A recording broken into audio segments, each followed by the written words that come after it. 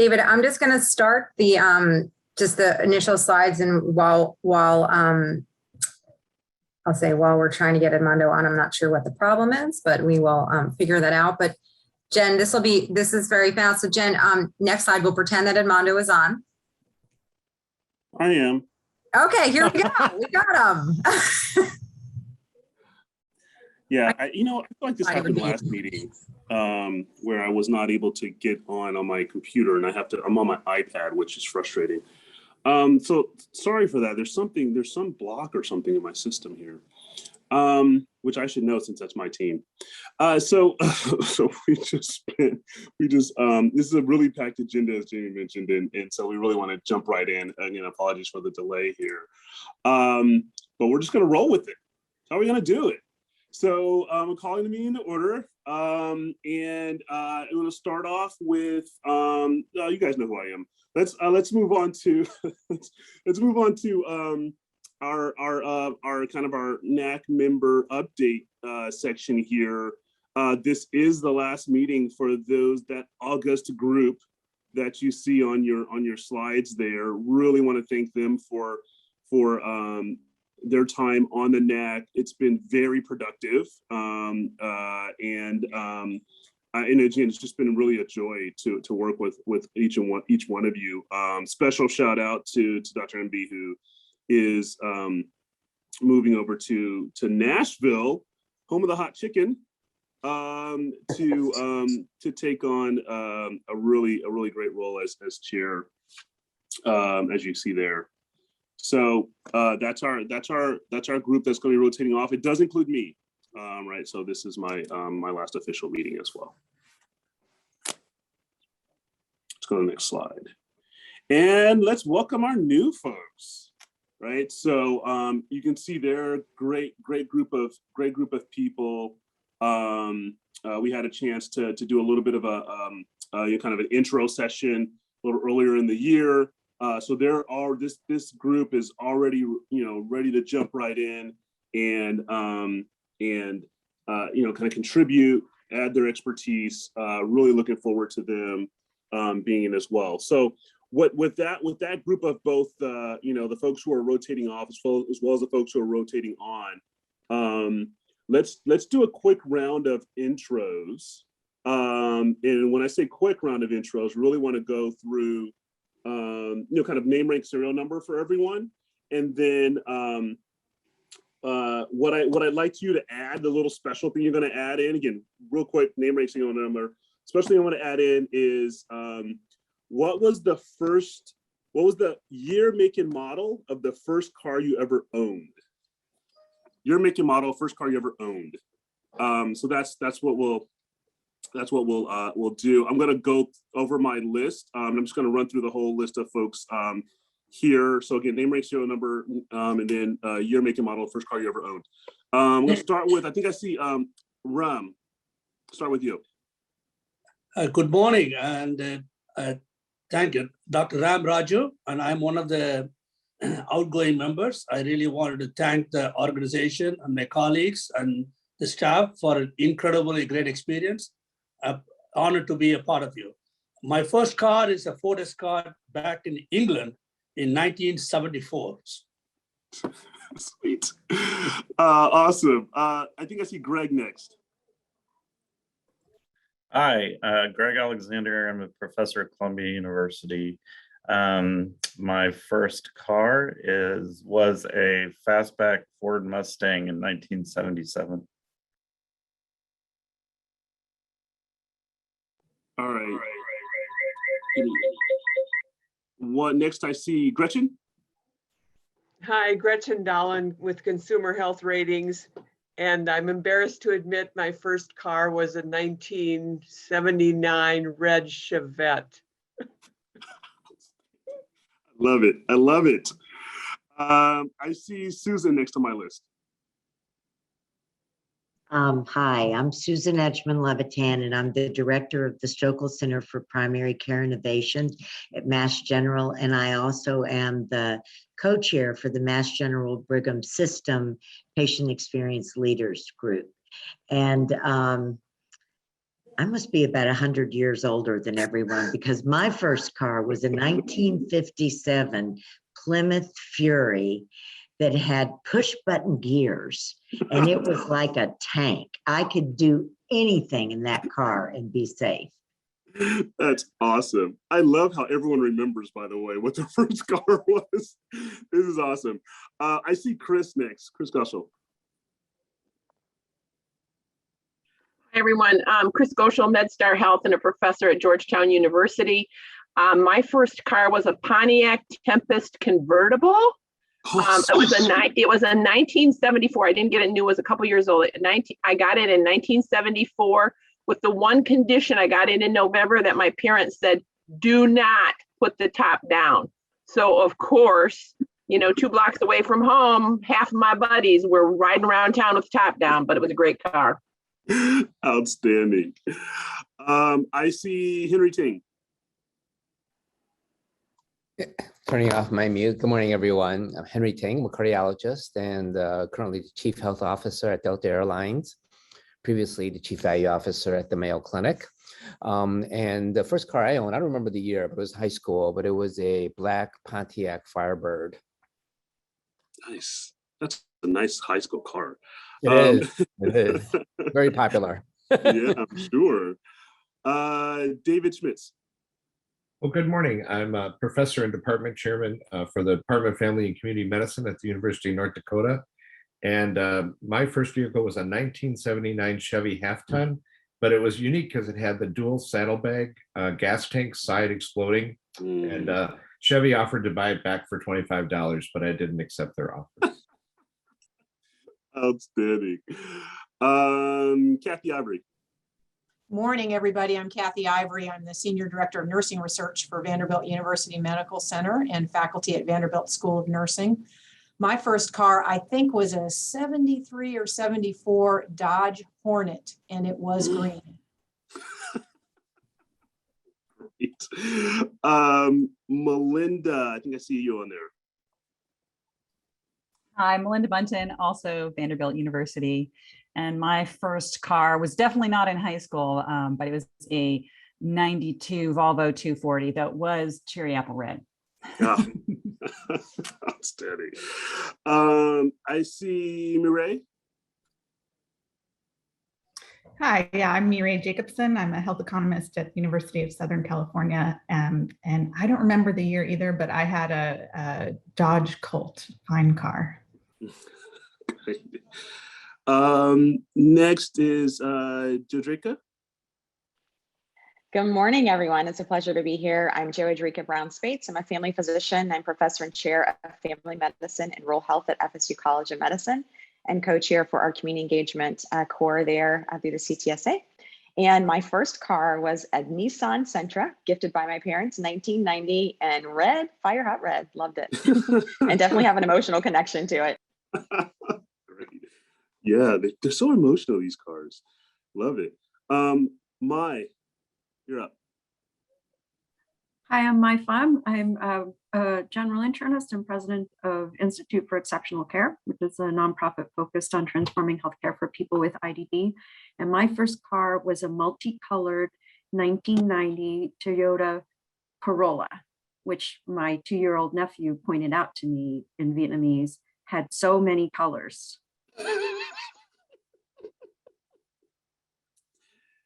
Children are very observant.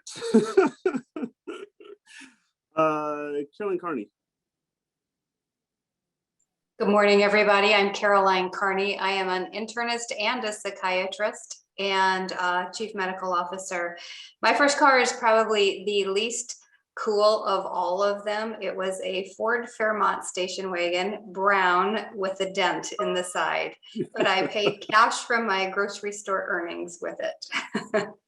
No, Caroline, station wagons are cool. So as my parents later said, you can haul all your stuff to and from college yourself because you have that car. Exactly. So yeah. Omar.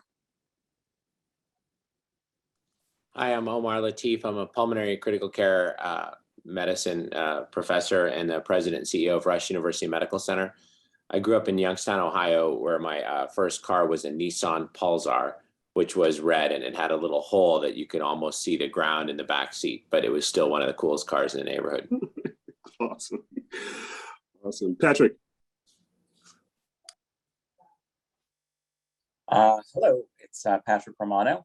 I'm a professor of general internal medicine, general pediatrics at UC Davis Health in Sacramento, California. And my first car was, well, it was before Nissan, it was Datsun. It was the Datsun 310. I think I got it in 1982, but I think it was a 79. Yes, the good old Datsuns. Yes. Asaf.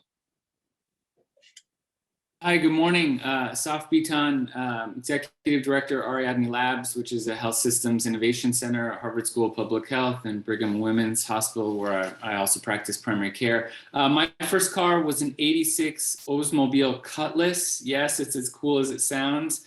Notable feature was a variably working heat system, which is important because I went to high school in Minnesota and it's cold. So that was a problem. That's great. David Atkins. Hi, I'm David Atkins. I'm the Director of Health Services Research at the VA and a general internist by background. I guess my first car was my parents' Jeep Wagoneer that I took to Boston, and it was the perfect car for driving in Boston because it was rusting out and it looked like I didn't have insurance, so people would avoid me. This is great. Andy. Hi, good morning. I'm Andy Arvak. I'm a hospital medicine physician and professor of medicine at UCSF. The first car I kind of owned was a 1980 manual Chevy Citation, which there were like 5 of them on the planet. So I think that's the one of the 5. It was notable also for having multiple colors. Well, most of them were ranges of rust colors. So. That's great. And I don't, so I'm not sure I may have missed a member. Did I miss any NAC members?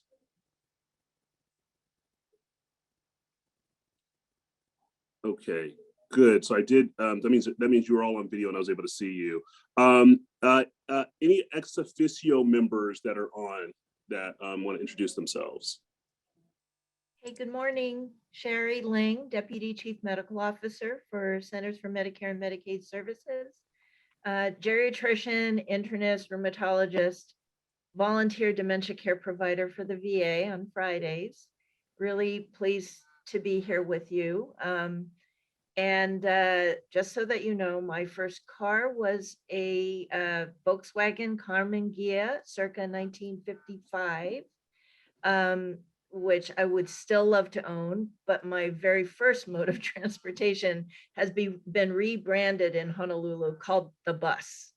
So. Karmann Ghia is a classic car. It's awesome. Any other Exofficio members? And then Jamie, the one I don't know that I saw Rahul on our from our the NAC members. Correct. He's the only one who is not making it today. Other than that, we have a full house. Gotcha. Okay, just making sure I didn't miss anyone. Okay, so I think we're good on the intros. So just a couple of reminders and a little housekeeping here as we move forward with the rest of the meeting. Just a reminder that we probably should have said this before you told us about your cars. Just a reminder that this meeting is recorded and it's going to be posted on the AHRQ website. There is closed captioning available. There's an icon at the bottom of your screen for the closed captioning. And then for NAC members, remember to if you want to make a comment, to go ahead and write I have a question or I have a comment in the chat box so that we all kind of see that. You guys are already managing this in terms of muting and unmuting. At this point, we're kind of Zoom experts. So everyone except for me who doesn't know how to get on appropriately, everyone else is doing pretty good. And so yeah, it looks like you guys are already on video, so I don't have to remind you of that. Edmondo, this is Peter. I'm so sorry. I had you and I ironically, as David said, are the ones who had technical problems. Yeah. So I apologize for being late, but okay. I was on the phone and I heard everybody else, and I had to jump in and say that I had a 1974 Volkswagen Beetle that was rust holding hands. So I just want to share that. Also, yes, no, that's great. Thanks for adding yours in, Peter. It's awesome. So appreciate that. Thanks for jumping back in. So that's, yeah, where I was. Oh, so then, yeah, so the NAC overview here. So this is the meeting. Obviously we've got the welcome, the director's updates coming up quick. We're gonna spend a good chunk of time on this NAC. We're going to have a discussion on an update on primary care, our standard public comment, and then the wrap up. Reminder on the public comment: any public comment that is requested needs to come in by email no later than noon Eastern to that email address that you see on your screen. 3 minutes each. Make sure it gets in by noon Eastern so that you actually get on the agenda for public comments.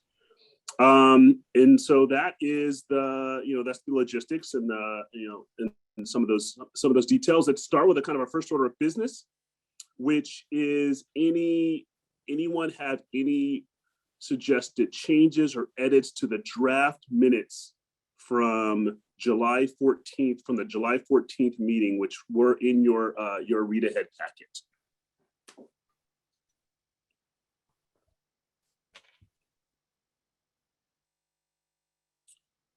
Hearing no changes, I didn't have any either. I'd like to ask for a motion to approve those minutes. This is Greg. So I motion to approve. So moved. I've got at least two moves, which means I'm going to take the second one as a second. Second. Yep. And so hearing that, anyone opposed to that approval? All right, so that'll pass by consensus. So let's go ahead on to the next slide here. I think we've got our director's update, and we do. So I'll hand it over to you, David. Thank you so much, Edmondo. And Jamie and Edmondo, could you tell me what time I'm supposed to finish so that I'll try to get us back on track? 45. 10:45. Okay, so 18 minutes. Let's wrap this up. It is, but I have to start by thanking all the members of the NAC, especially those who are rotating off. Your service has been invaluable to us. We will miss you, but please remember that once you're part of the AHRQ family, we never let you go. We will be in touch, and we hope you will continue to advise and support us moving forward. And also a hearty welcome to our new members. This isn't typical, but we are so glad you are with us today. Also to all those joining on the call, to the AHRQ staff who've made it through this incredible year and whose work I'm going to be highlighting, thank you so much for all you do. I actually am looking forward to the time when I'm able to introduce you to a permanent AHRQ director, and I have a feeling that person may be even watching and listening in today. So if you are, welcome to the family as well. Let's move on to the next slide. I am never allowed to talk about AHRQ in front of the NAC without first grounding you in our budget. In FY22, we did share this with you in July. The president has proposed increasing AHRQ's budget. This is one of the largest budget increases of appropriated dollars in our history, taking up to a total of $489 million. $380 million from direct appropriations, a $42 million increase, plus funding from the Patient-Centered Outcomes Research Trust Fund, which would bring us close to $500 million. That's very exciting. The Senate and the House have both agreed to that figure in their preliminary work. However, they have not agreed on a budget. So as you all know, we are currently under a continuing resolution that runs through the beginning of December, which is coming up very quickly.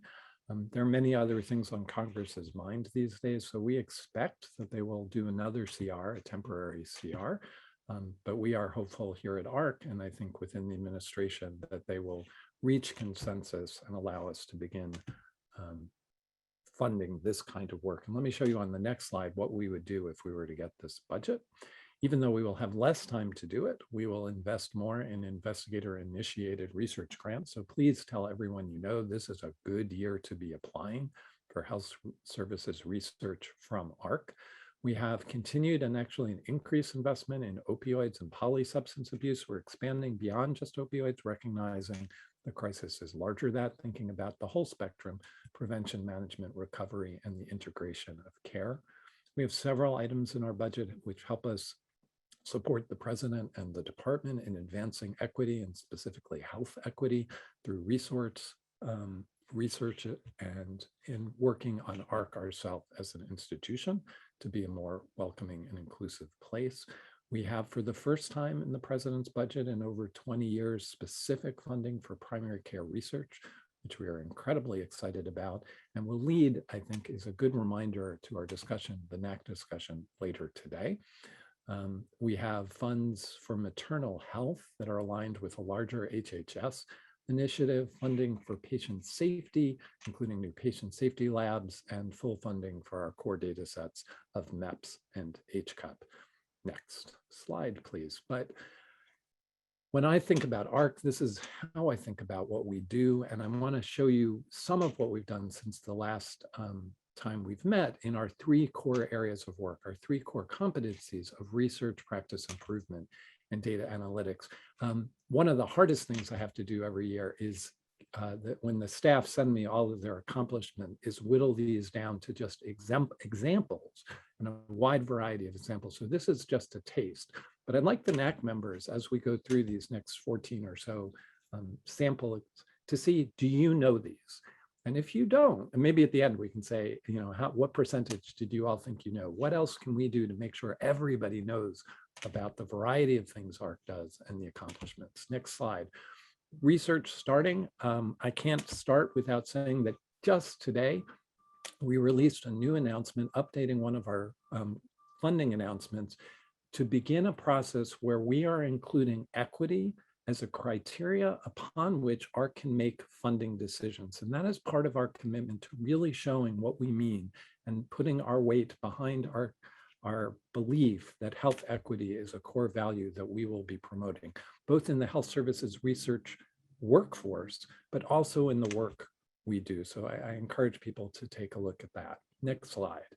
Our grantees have been incredibly productive over the last few months, publishing in high impact journals on a whole range of topics that are really the heart. And you can see here the variety of things about how America's healthcare system is working, how it could work better, areas of importance to the country, including everything from firearms to COVID-19, focused on veterans. I commend all of these to you. Next slide. This is coming out very, very soon, a comprehensive report about AHRQ's research in digital health and what we've been doing. I'm really excited to showcase how the team is showcasing how we are different than ONC. Our colleagues at ONC really point the direction for America and coordinate us. AHRQ is trying to understand how digital healthcare improves care, improves the quality, the safety, the value, and equity.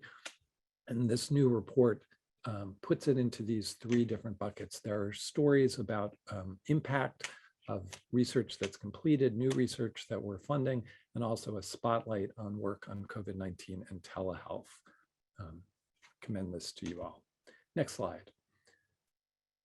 We talked last time, and there was a lot of interest about our work in understanding algorithms and bias and how to root out bias in algorithms. That work is progressing. We posted the research questions for public comments in the fall. That just closed. We're synthesizing that. We'll have a series of technical expert calls next month to really refine the report and then have that available by the fall of 2022. And I look forward to telling you next steps about that at a future meeting. Next slide, please. We've been moving in many different ways on the 4 moments of antibiotic decision-making, a technique for improving or reducing antibiotic resistance through antibiotic stewardship. Just this fall, we presented the results of this product being used and implemented in ambulatory care. This was done during COVID, so during a very difficult period of time for practices. About 400 practices participate, and we found they were able to decrease their rate of antibiotic prescriptions 15%. Really, really exciting. We are now going to take this product, this science, and turn it into a practical toolkit that we'll be pushing out for primary care moving forward. So that's a really great example of research moving into practice. Next slide, please. So that gets me to tell you, just show you some of our other practice tools. Go on. Next slide, please. Our nursing home work, we've talked about this with the NAC for the last year. This is some of the most important work. I think we did some of the most impactful work AHRQ did in helping the country deal with COVID-19 by supporting nursing homes and keeping both their staff and residents safe. While that program has come to an end, we overall worked with over 9,000 nursing homes, 30,000 clinicians, frontline staff members serving 1.79 million people. But now we're taking all that we learned and the tools and making them available and updating them so that this work continue. In the future, I hope we'll be able to show you phase 2 of this project, because we realize nursing homes could continue to use an infrastructure for quality and safety support. But you can see here a list of tools that are available. And when you have the slides, you can click on these. We're continuing to promote them for nursing homes. Next slide. While we have the first funding for maternal health coming in our budget, we're not waiting in that work, and we're also aligning it with our work in diagnostic safety. So 2 core programs at AHRQ came together in this new brief, which looks at the evidence base for how maternal morbidity and mortality may be related to delays and misdiagnosis. And then this goes on to suggest how systems can think about escalating emergency obstetric care or referring women to more intensive care earlier, and therefore improving their long-term outcomes. Next slide. CDS, clinical decision support, is something we've been working on for many years, but we've recommitted and are relaunching a national learning community around CDS to help direct our work.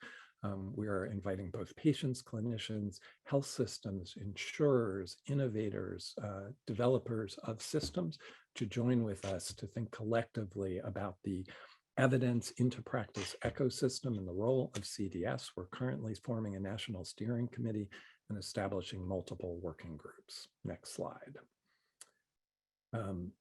Thinking about data and analytics, the last part of our things. Let's go on. I have too many of these slides. These were a lot of fun. Our analysts here at AHRQ have been using our internal data resources to help understand the what happened to healthcare systems during the pandemic. And this slide highlights a series of briefs. This is just a table from one of them. I think we now have a total of 9, but 4 that were published this fall looked at the early wave, the first wave of the pandemic, and tried to understand how it affected communities differently, looking at it by race, by age, by hospital size, by rurality or location, and health insurance status. You can look at all of those for children, for adults, and for seniors as well. And this one slide just points out that when you dive deep into the data, the Hispanic community may have been the community that was most impacted by COVID-19 in the worst ways. And it's just an important reminder of all the equity work that we need to continue doing. Next slide, please. Some of our other internal data teams have been looking comprehensively using AHRQ data sets, but also other data sets to understand rural hospital mergers and acquisitions and the changes that creates for communities. And a series of reports that were published this fall, one in JAMA and one in Health Affairs, came to 2 different conclusions, which are both important to remember. Quality seems to have, just based on this first analysis, did not suffer as a result of mergers. And in fact, heart attack quality of care measures seem to have improved in these communities. On the other hand, as the first report on this slide shows, the amount of services, the type of services provided in communities went down after mergers, specifically in the areas of OB, acute surgical care, and mental and substance abuse disorders, which just as a reminder that this is a very complex area as we continue to think about policies that serve Americans well. Next slide, please. This report in Health Affairs from some of our colleagues garnered a lot of media attention, and I think for important reasons. We looked at the marketplaces and how they provide insurance and who's able to receive them over time, and showed that those people that are just above the current subsidy or what the original subsidy levels, 400 plus of poverty, the rates for their plans went up much faster than their incomes did. But on the positive side of the ledger, the American Rescue Plan provided for the first time tax credits for these families, which made insurance enormously more affordable for them. And the final policy reminder of this article is that because the premiums vary by age and other factors, if these subsidies expire after 2023, insurance coverage for this very vulnerable population may get much, much harder. Next slide. Finally, we're very interested in taking our data and making it easier for people to understand and to visualize, to see, not having to do the analysis themselves, but being able to play with the data. We're using Tableau software, making really cool maps. This is an example using some of our data from HCUP to understand severe maternal mortality.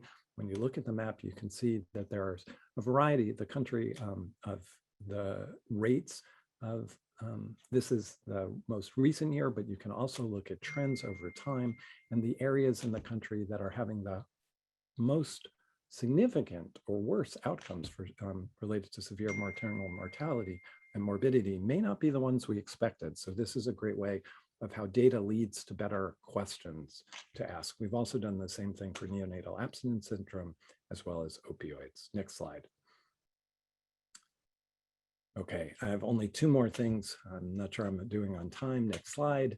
I wanted to make sure that everybody at the NAC and listening today sees this area that came out relatively recently from AHRQ, a Federal Register notice from AHRQ requesting information about AHRQ's potential role in climate change and environmental justice. This is a world priority, an administration priority, an HHS priority, specifically around health and the healthcare system's resilience, contribution to climate change, and ability to protect communities that are most at risk from environmental change. We want to understand what research is needed, how we can help health systems make change, and also issues about how we can use our data to provide better information. This is currently still open, I think, until early December. And we encourage everybody listening to engage with us in this comment period and helping us with our strategic planning. Look forward to bringing this back to the NAC in the future to talk about our strategic plan in this area. Final slide. Just wanted to make sure folks knew that we recently took a very successful AHRQ app, the Question Builder app, did important work in translating it into Spanish, not simple translation, but much deeper than that. Secretary Becerra was so impressed by it, he helped us launch it in October as both part of Health Literacy Month and Hispanic Heritage Month. We're very proud of it. It has been downloaded thousands of times already, not only in the United States, but around the world, especially in Latin America. We're looking forward to the Secretary recording some videos, going on some talk shows to help us get this tool used more widely. Next slide. I think that allows me to turn it back to Edmondo. I'm happy to answer any questions or to move forward from the NAC or to move forward. Yeah, I mean, we have so clarifying questions. Thank David, that was great, by the way. Not just because you're able to get all that content in 16 minutes, but also because it's great content, really a great update. Clearly a lot of work is being done, and a lot more to come. There's a minute or so for any clarifying questions that people may want to ask on the director's report.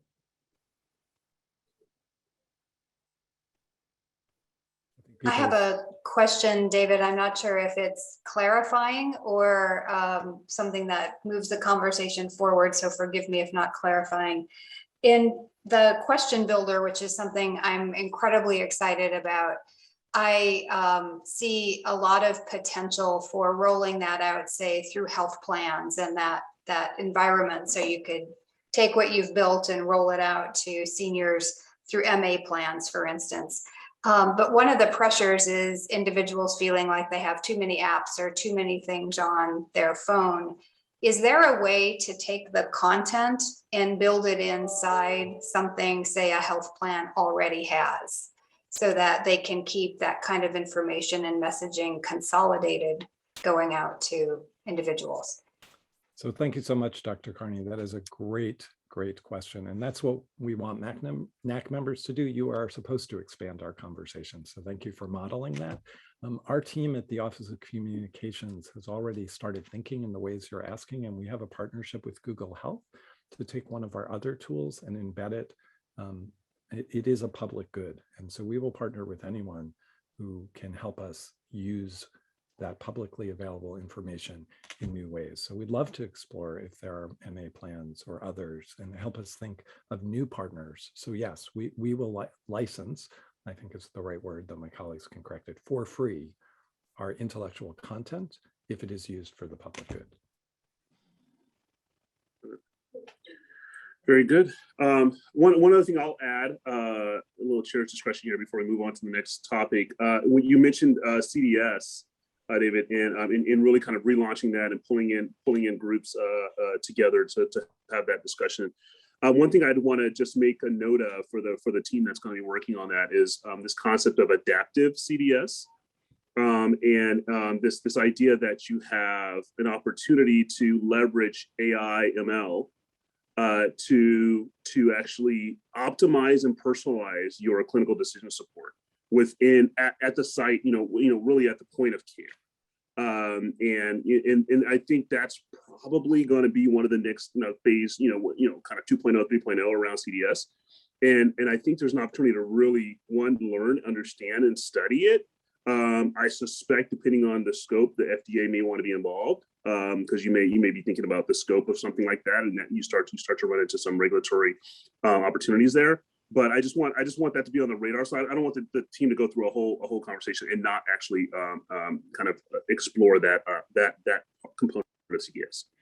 Terrific. And I know my colleagues from the Division of Digital Health Research are on the call, and I bet they just took notes, Edmundo. That is great advice. I look forward to doing that.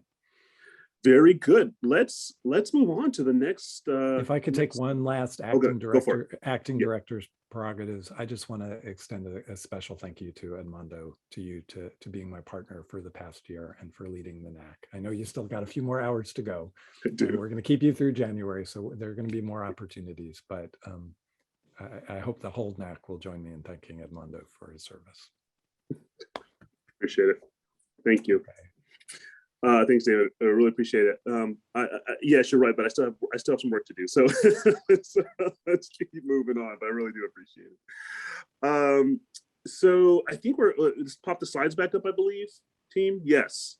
And so it's really my pleasure to introduce this next agenda item here. So as you all know, we launched a subcommittee of the National Advisory Council, a SNAC. And they really spent quite a bit of time digging into this topic of healthcare quality measurement.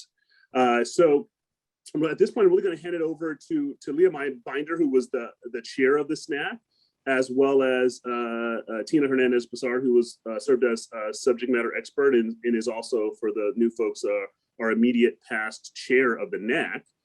So certainly no stranger to the NAC. So really, at that point, I'll hand it over to Leah and Tina, and you guys can take it from here. Thank you so much. I'm very pleased to be here. I'm Leah Binder. I'm in my day job, I'm president and CEO of the Leapfrog Group.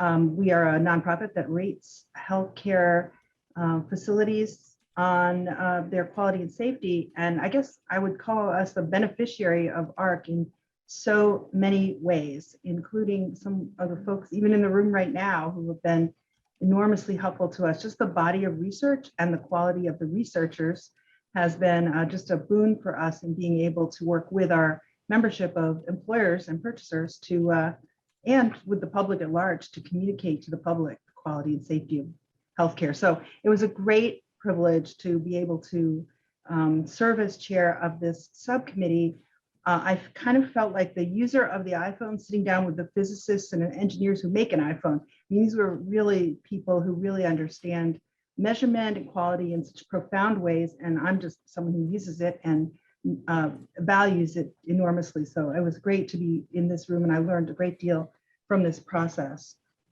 So I just want to outline what the objectives were for the subcommittee. They were, and I think we need to, we'll get to it.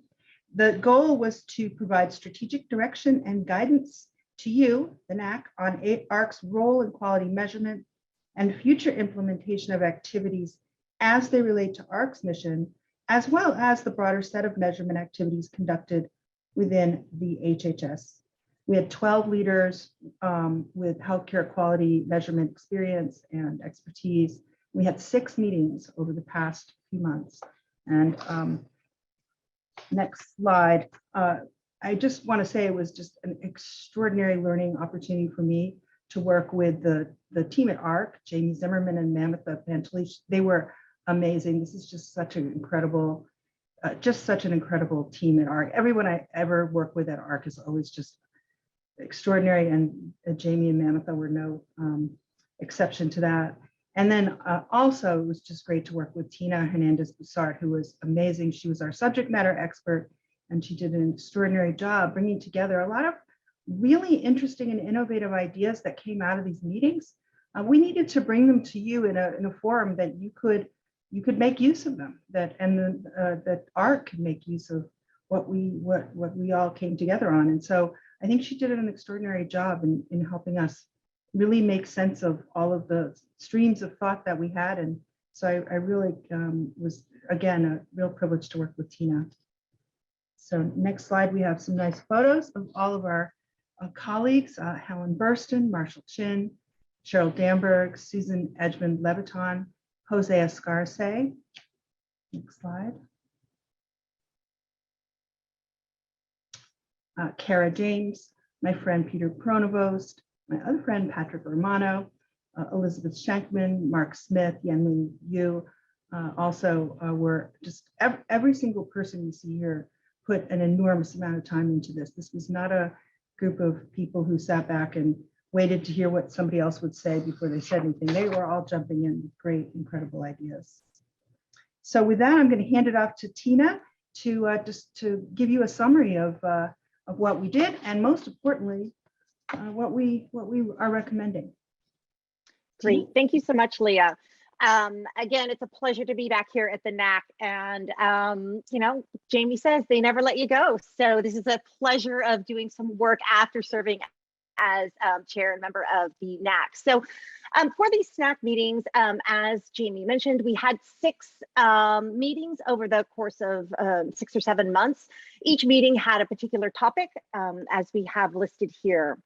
So what I want to do today, next slide please, is really summarize some of the key findings and dive into a little, some of the details about the findings that we found. So the SNAC identified that there is an opportunity to reevaluate what needs to be measured and how measurement can be done to better impact the well-being of patients. This would include harmonizing existing quality measures to address their applications in new areas, developing new measures, and possibly retiring some existing measures. The SNAC identified critical gaps in the current quality measurement landscape, and we identified some priority areas where AHRQ could have significant impact. There are several new strategies that the SNAC recommends that AHRQ or that NAC might consider recommending to AHRQ to address the gaps in the quality measurement field. And I will say one of the key themes throughout the conversations was really an emphasis on the importance of AHRQ's strategic partnerships with other entities like CMS, NQF, Patient-Centered Outcomes Research Institute, as well as healthcare systems. Next slide, please. So I'm sure that not everyone is involved in quality measures, but you all probably know that this is a really complex field. You know, healthcare is complex, and the quality metric field has a lot of strong, prominent players. So identifying opportunities for AHRQ was a great conversation. And in order to bring these to you and kind of synthesize our conversations, we've categorized the information into two fields. One, identifying the gaps in the field, and the second is identifying the strategies where AHRQ can really play an innovative role to address these gaps. Now, the SNAC agreed that AHRQ is uniquely positioned to provide a vision for where the field of quality measurement needs to go and how to get there, and how the field can use measurement really to improve the healthcare of individuals. Next slide, please. So these are, this is a prioritized list of gaps in the field of quality measurement where AHRQ can have significant impact. This includes health equity measures, patient-reported outcome measures, telehealth, and ambulatory outpatient care settings. So the SNAC identified health equity as a critical area of quality measurement development, which could spur efforts and close gaps in care. The SNAC suggested that AHRQ is really well equipped to bring an equity lens to quality measurement and be at the forefront of health equity measurement. Patient-centered outcomes are another important area for measure development, given that there are so few PRO measures that currently exist. And these types of measures are really focused on issues that are important to AHRQ's core mission and key to patient well-being. There are clear opportunities for AHRQ in the quality measurement field for telehealth. This is a new, not a new area, but definitely we've seen a dramatic increase in the use of telehealth. So understanding the safety, equity, and effectiveness of telehealth care is a key gap in the quality measurement field. And finally, ambulatory and outpatient care settings was another area where the SNAC highlighted that AHRQ could have impact. This includes care delivery in the ambulatory and outpatient setting, which also includes primary care settings. Next slide, please. So strategies AHRQ can use to address these gaps. And these were a lot of long, complex conversations. And so I'm trying to highlight some of the key points that we talked about. And to think about these in relation to David's conversation we just had, where he highlighted, AHRQ's core areas, practice improvement, health systems research, and data and analytics. And although we didn't really have these overarching core areas in mind, this is the way the conversation ended up. So really nice synergy there. So one of the key strategies the SNAC identified as an important area is standardized definitions. So AHRQ could help set standards for appropriate measurements, such as reliability and validity of measures. And AHRQ can also provide definitions for health equity, provide a set of questions to understand how we measure social determinants of health in a standardized fashion, establish meaningful population stratifications that would identify gaps in data captured, inequities in health outcomes, and disparities in care delivery. There was a lot of discussion on measure harmonization, identifying meaningful and actionable measures, perhaps retiring current measures that are not meaningful to patients or providers.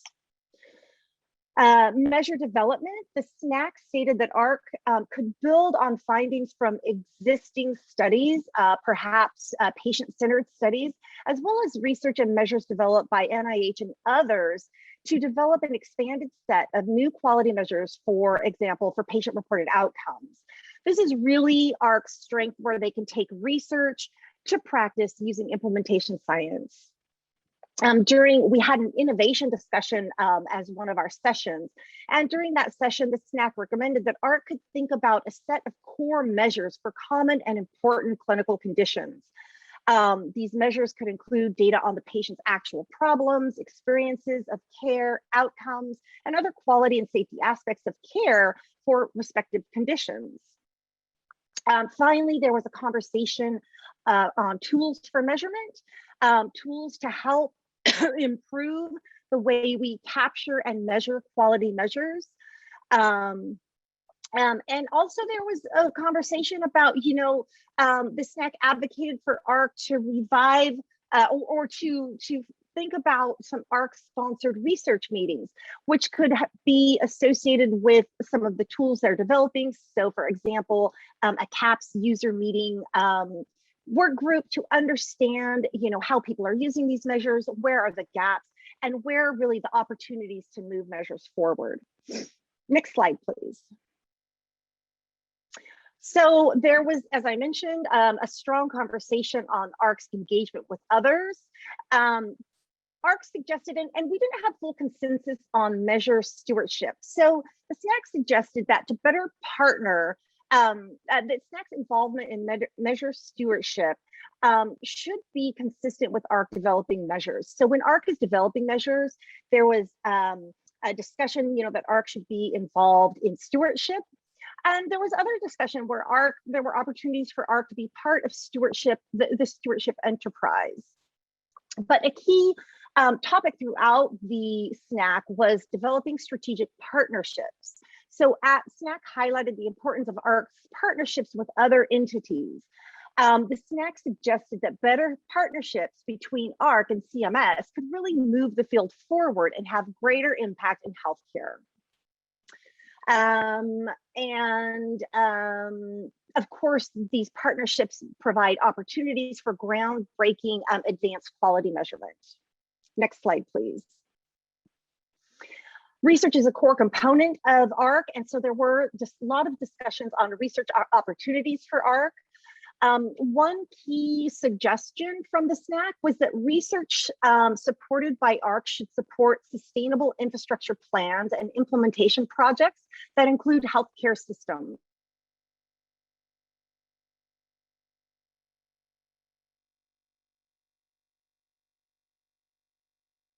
To provide important evidence needed in these areas, to understand new domains, for example, in telehealth and how we measure safety and quality in that domain, and also to expand research support to identify mechanisms that seed new voices in the quality measurement field, computer scientists, machine learning, AI, engineers, health systems, etc. Next slide, please.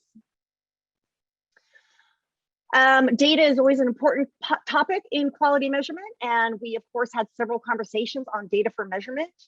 The SNAC discussed the need for new and improved data sources for quality measurement. It encouraged the AHRQ to identify new data sources for quality measurement and identify opportunities for building on existing sources, such as patient-generated data, use of EMRs, expanding their HCUP resources. There's opportunities to leverage and expand existing surveys, such as the PROMISE survey, so bringing those patient-reported outcomes into a more systematic capture and monitoring. And then real-time data was another big conversation weaved throughout the SNAC discussions. Real-time data, the SNAC noted that AHRQ could strengthen the infrastructure for collecting and reporting real-time data measures. And when it's real-time, these measures turn into really actionable measures rather than observational measures. So a lot of opportunities there. Next slide, please. So it's important when we think about this report that we understand, one, as I mentioned, that quality measurement is a complex field. This report and these discussions represent opinions of 12 members. They are national experts in quality measurement, but there might be opportunities to think about engaging a broader array of stakeholders to identify specific needs of the healthcare system over the next 5 to 10 years. And finally, this conversation and this report should really serve as a springboard to help the NAC prioritize resources for quality measurement activities that result in improved healthcare for patients. And I will stop there and turn it back over to Edmondo. Thank you, Dr. Hernandez-Boussard. So, really great. That was a lot of great work. The team of experts that you got, as you all saw, spent quite a bit of time, really digging into this topic in this area, and have come with, the set of recommendations that you saw. So, the question, and the NAC members had a chance to read ahead on the full report as well. So the question really for this part of the discussion is that enough, right? So the first part, actually, let's pause for a second. Because I think we skipped one part, Jamie, if I'm correct, which is clarifying questions for the snack themselves. So I think let's do that part first. So any clarifying questions for Leah or Tina around either the process or anything along those lines in terms of the snack itself and the recommendations, and then we'll dig into ultimately what the NAC would like to ultimately recommend to AHRQ. And if you do raise your hand, I can't see everyone on my little screen, so someone will have to give me a heads up.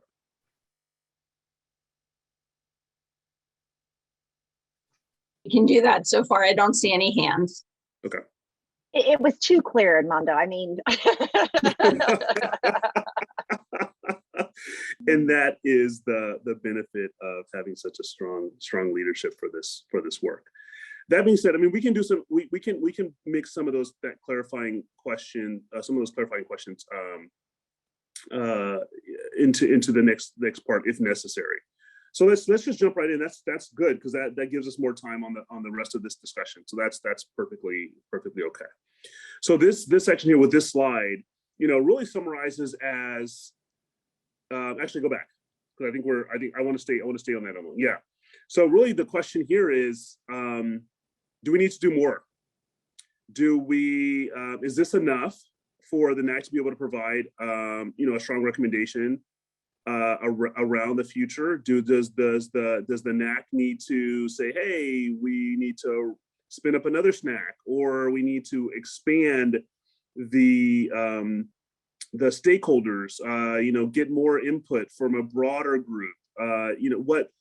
What any recommendations around further work necessary on this topic before we make our recommendation to our.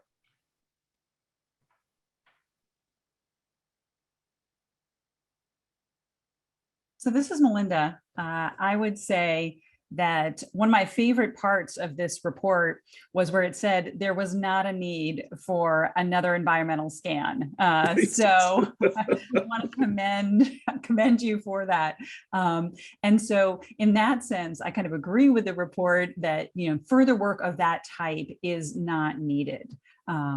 And I guess the only thing I would say about what we need to provide a recommendation to AHRQ is we probably need a robust discussion amongst this group, perhaps today, about whether we want to further narrow and refine these recommendations, because I think they're very broad, and probably AHRQ would benefit from our making them more targeted and specific. And that speaks to your second and third bullets here as well, which is that one of the areas, two of the areas in which the report and our recommendations could be more specific is thinking about ways to interact with other federal agencies to make sure the work that AHRQ does is as productive as possible. And I'm thinking particularly about CMS. So I'm glad we have a CMS representative here, and also being more specific about areas in which there should be focused measure development. I think you mentioned sort of in the chronic disease area. So those are my thoughts related to actually all three of these questions. Awesome, really helpful. Let me run the list of the hands I was able to capture. So I have Susan, Gretchen, Chris, and Henry on my list of comments. Let's go in that order. Let's go with Susan. So Tina, that was a wonderful summary of hours of very complex discussion. So thank you, and thank you, Leah. I think, I'm not sure whether this is further work for a snack, but I think it's a very important component of moving the recommendations forward, depending on what AHRQ wants to, how they want to accept these recommendations. But I think the conversations with stakeholders is really important. And I think the stronger the voice that AHRQ can have in those stakeholder conversations, the better. And one stakeholder that we talked about in the SNAC discussions, but that wasn't mentioned, which I also think is an important player, is NCQA and potentially the Joint Commission, because they also help mandate measurement and et cetera. Good point. Joint Commission. Okay. Sorry, I'm taking notes as well. Gretchen, you're up next. Yeah, thanks. I think the work that the SNAC has done has been outstanding. I'm shocked at how far they got in such a short time and want to commend them for that. I think we should, you know, if AHRQ is happy about this direction and it's enough for them, I think their assessment at this point is also important for us to consider, as well as today's discussion before we give sort of a final answer to your set of 3 questions here, Edmundo. On the second one about the stakeholders, there were 2 areas that I zoomed in on. One was the National Academy of Medicine, or the former Institute of Medicine. They had a report years ago called Priority Areas for National Action, where they laid out a strategy to transform healthcare quality. And that's a tangible report. It lays out priorities, and we'll have that discussion later in your outline there, Edmundo.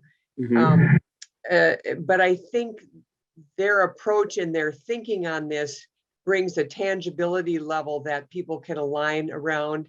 And I think they might be a good stakeholder to bring into the conversation. And the other one that's actually much more difficult is the consumer at large. It's first off, it's very difficult to find any consumer organizations that are broad enough and have a level of expertise or understanding on the whole kind of quality measurement, coding kinds of, just a general understanding of that. Consumer organizations tend to be focused on niches, you know, a specific disease, or might be medical mistakes or legislative advocacy. So it's really hard to get an organization that's broad enough as well as familiar enough with the healthcare infrastructure, which is essential to further this work. So, but I think that has to be considered in this, partly because AHRQ's mission includes access and affordability. And both of those, I think, were not too well covered in the SNAC report. And I think we run the risk of separating the access and affordability questions from quality, as if quality measurement is separate from that. And I think that's very risky. So I throw a lot in there. Again, if AHRQ is happy with what they've got here and they can go forward, you know, I'm not saying we should do more because the SNAC has done so much already. And the 4 areas I like, you know, so there's a lot to already accept here and maybe some things to build on. Got it. Really helpful. What I'd like to do, so I added Jodrika, Kathy, Omar, Sherry are all on my list as well. What I'd like to do though is follow up. I'm gonna put Yangling on the spot here because Gretchen, you were talking about the role of consumers in input here. Yangling, can you jump in on that and just kind of comment on what Gretchen mentioned? Yes, thank you, Romano. Yeah, I think Susan's right on the spot. Oh, I think Christian is right on the spot. I think, you know, consumer is at the receiving end of all the care, access care, quality care, and safety. And when we make, you know, national policy and decisions, I think is imperative to including consumer groups. We can identify them that it could provide input from all this aspect of area, access, quality, and safety, and to bring them together into the conversation. Yeah, this is my comment. Thank you. Gotcha. Very good. Chris, you're up. Great, thank you. Again, kudos to the group that did this. 2 things come to mind when I look at this. Number one is giving AHRQ an opportunity to look at this to see what seems most feasible, because there will be, these are big agenda items. And if this gets added to the AHRQ plate, I'm going to know what the trade-offs are before I say, yes, this is a direction you should go. The other thing that I think is important is to clarify, and some of this is in the report, the purpose of quality measurement, which no one would argue about, but if the focus is on measuring to improve performance versus measurement for public reporting and payment, the direction tends to deviate just a bit. So I think AHRQ having a chance to mull over that, because part of the beauty of the agency, in my estimation, is its, I'll say, sweet spot in terms of being able to meet the needs of many. And if it looks as though they're falling on one side versus the other, I think that could taint other program and opportunities that the agency has. So I would say, what's feasible, what are the trade-offs, give AHRQ a chance to really mull this over and make some recommendations on what they think a good movement is. The interagency work, I think, goes without question. That has to happen. Yeah. Thank you. Yeah, makes a lot of sense. A couple of points here before we move on to Henry. So one, I agree, Chris. I thought in the beginning of the report, one of the things we're supposed to be looking at, what the SNAC was supposed to kind of comment on, was what should AHRQ stop doing? And I didn't see that. So if we're going to add anything, what should we stop doing? And so that's one. So great call out on that. The other thing is I want to pull Susan back in, again, to kind of follow up on the consumerism comment, then we'll go to Henry. Thank you. I just want to underscore what Yan Ling and the other speakers have said about the importance of bringing the consumer perspective in. And that was something that we actually talked about a lot. And one of the reasons, for example, that we think AHRQ could play an important role in the creation of better designed patient-reported outcomes measures is that most of them have been developed without any consumer input. And when you share the data with people, half the things they want to know about aren't there.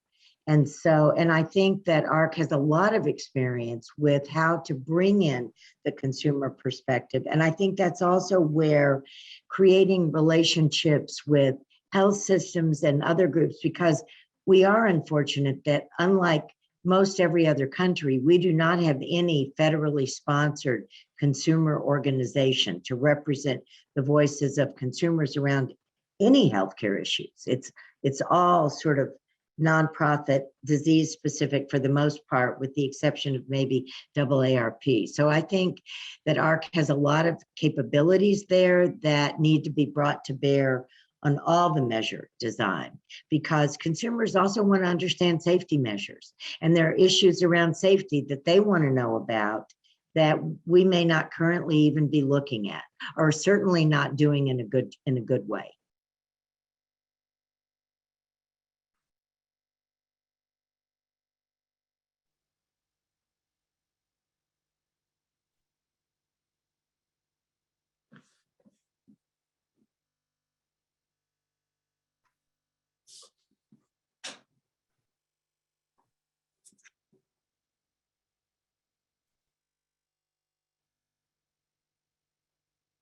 Looks like we lost Edmondo. Yeah, I think we lost Edmondo.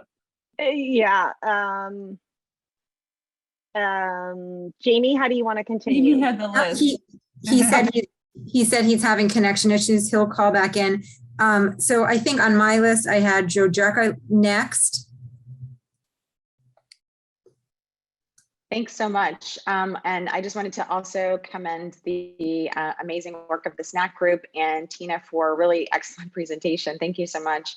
I think my comments really just expound upon what Gretchen, Susan, Yanglin were talking about as related to consumers, but I just wanted to highlight that trusted voice. I do think when we think about stakeholders and new voices and new contributors, I wonder how we can get that, what people call the trusted community voice, or that person that's on the front line, the advocate for the community. How do we bring them in?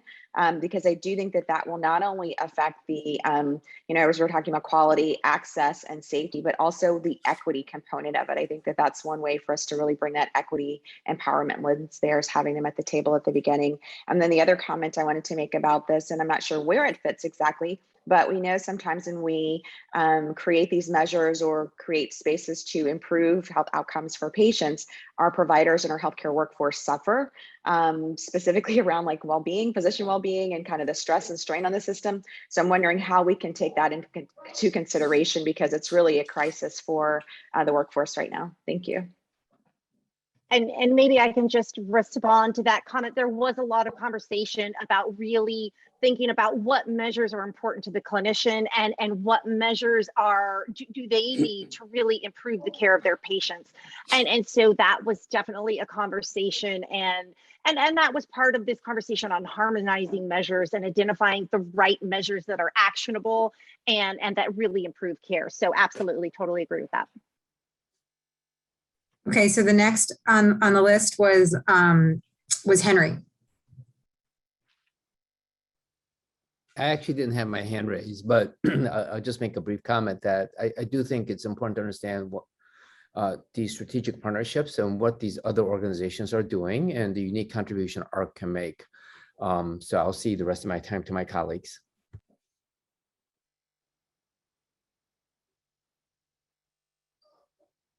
Okay, next was Kathy Ivory.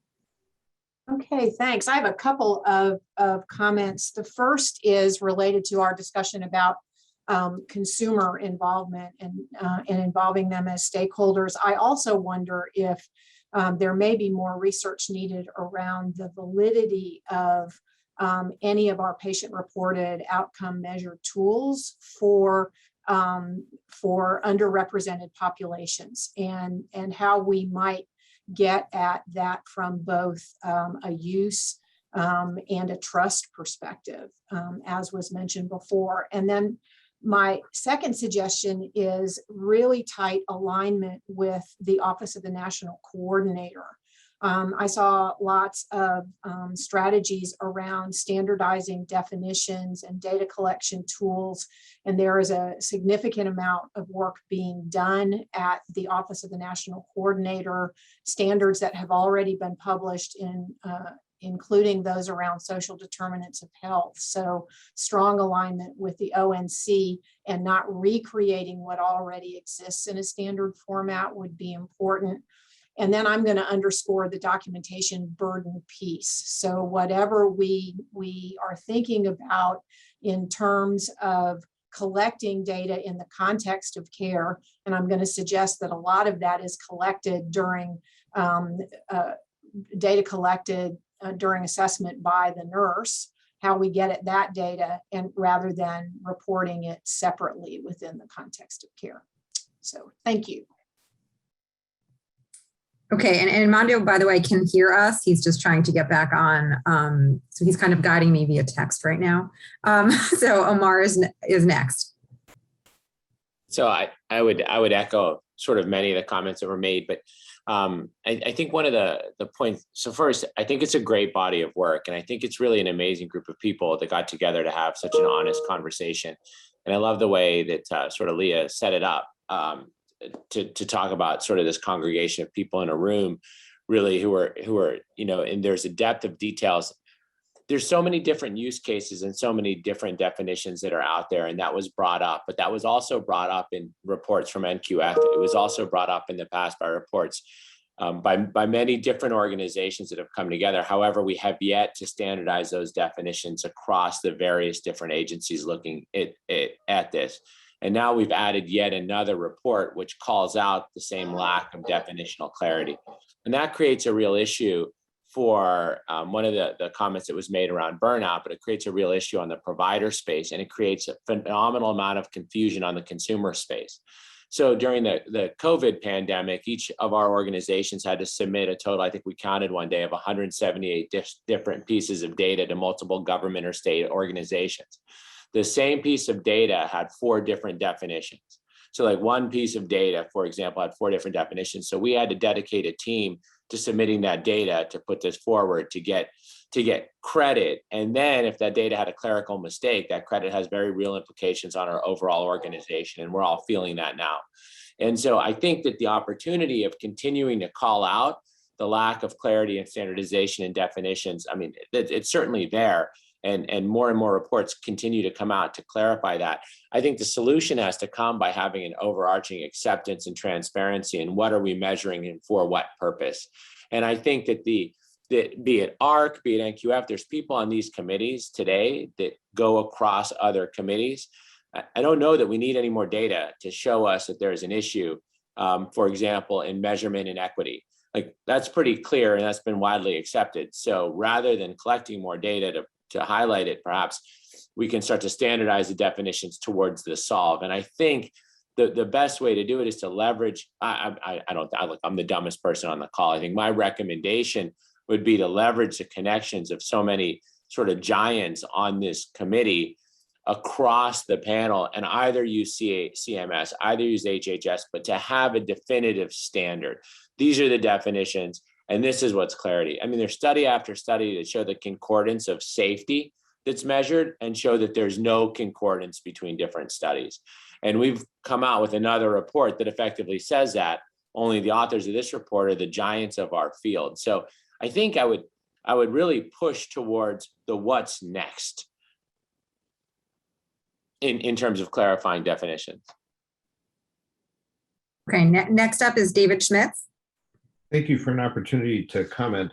I do think there's an opportunity for work here that's really important, especially as stated with regard to the critical gaps in current quality measurement landscape, especially around health equity.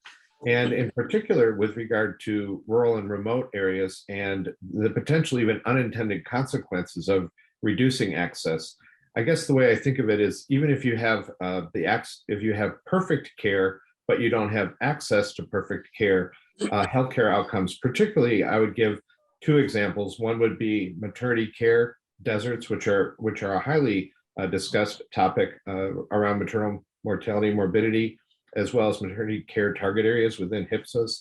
These are critically important as our trauma services and other hands-on services that cannot in a timely manner or an effective manner be provided per se by telemedicine. So when we take a look at those, I've found, at least with my work with personally with NQF, MAP Group for Rural Health Advisory, that it's very unlikely that we have adequate data or measurements of patient outcomes that are not tied to the provision of care where it was provided. And so in other words, if in rural North Dakota where I live, if a patient delivers in the car on the way to the hospital, that outcome is often registered somewhere other than where the delivery occurred. So this is the concept, and I think that I just want to commend the group's work in looking at how we can do a better job, and potentially, I would suggest the research through implementation with sensitivity to geocoding and the health equity issues around rural and remote access would be commendable. That's great. So appreciate that. Really good comments. I'm still taking notes. Sorry. Sherry, you want to go to Sherry Ling? Hi, thank you, and welcome back, Edmondo. First, I want to say sincere thanks to the SNAC members and the contributions to the report. I did want to reply, given the emphasis on and recommendations to coordinate. And as the honored member representing CMS here, couldn't agree more that as a member, as CMS, as a sister agency for Healthcare Research, coordination and collaboration is not just a nice to have, it's a necessity. And I think it is a deep expectation of the department. And we are building on our collaborations where AHRQ developed tools and techniques and the culture of moving health systems to do better. I think we're building on that deep collaboration and learning as we go. So I wanted to say that, but I think the level of coordination is required not only for content, which, you know, the gaps identified in the report are similar and exactly the same actually as some of the areas that are high priority for us collectively across HHS and within CMS. So, you know, the question is, how do we really develop the synergy here? It's not just the content. It is, as was mentioned by one of the prior commenters, purpose for measurement really matters.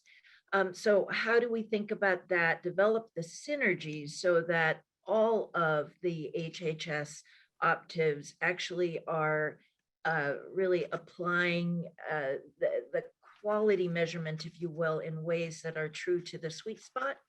And likewise, you know, that permits AHRQ to focus on and build on the strengths. And I think it is at a level of process coordination currently. So, you know, really look forward to ongoing collaboration with our colleagues at Agency for Healthcare Research. I am noting though, that it was interesting. I don't think it was intended because there was a specific mention of, you know, the evidence that AHRQ is generating and the tools that will also be useful for changing practice, which we are a consumer, CMS is a consumer of those tools and of the evidence. I think quality is part of that. So not a separate parallel track or a branch, but as part of the evolution to improving outcomes. So just want to say thank you again, not only to the NAC members who contributed to the report, to all of you and the work that you're doing, and especially to my colleagues at AHRQ. Over. Thanks, Sherry. So really appreciate your representation of perspective as well. It's really important. Who I have on my list, just to update everyone, I've got Patrick, I've got Mireille, and I've got Caroline. Patrick, you're up. Oh, hit the wrong button. Okay. So 3 quick comments. So first, I had the pleasure of being a member of the SNAC as well as this NAC, and of course, Tina and Leah did an awesome job of summarizing our discussion, which was very robust. So a few quick points. So one is on the issue of what should AHRQ give up or stop doing. So part of how this was framed to us was that AHRQ has a generational opportunity to expand its footprint in healthcare quality research as a result of increased federal appropriations, which of course haven't quite come to pass yet, but we're optimistic, and with a new director coming in. So part of the framing, I think, was that really AHRQ needs to think very carefully and strategically about how to use additional resources, because for so many years it's been in a holding pattern where AHRQ hasn't been able to do very much extra. So so that was part of our thinking, was that this was a generational opportunity.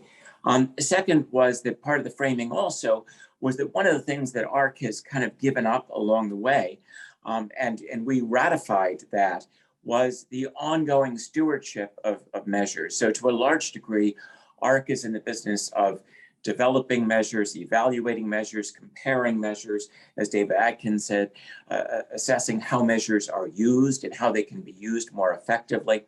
But in terms of the ongoing process of taking measures through the NQF endorsement process, that has largely been deferred, if you will, to CMS. And I think that, that we recognize that collectively and supported that.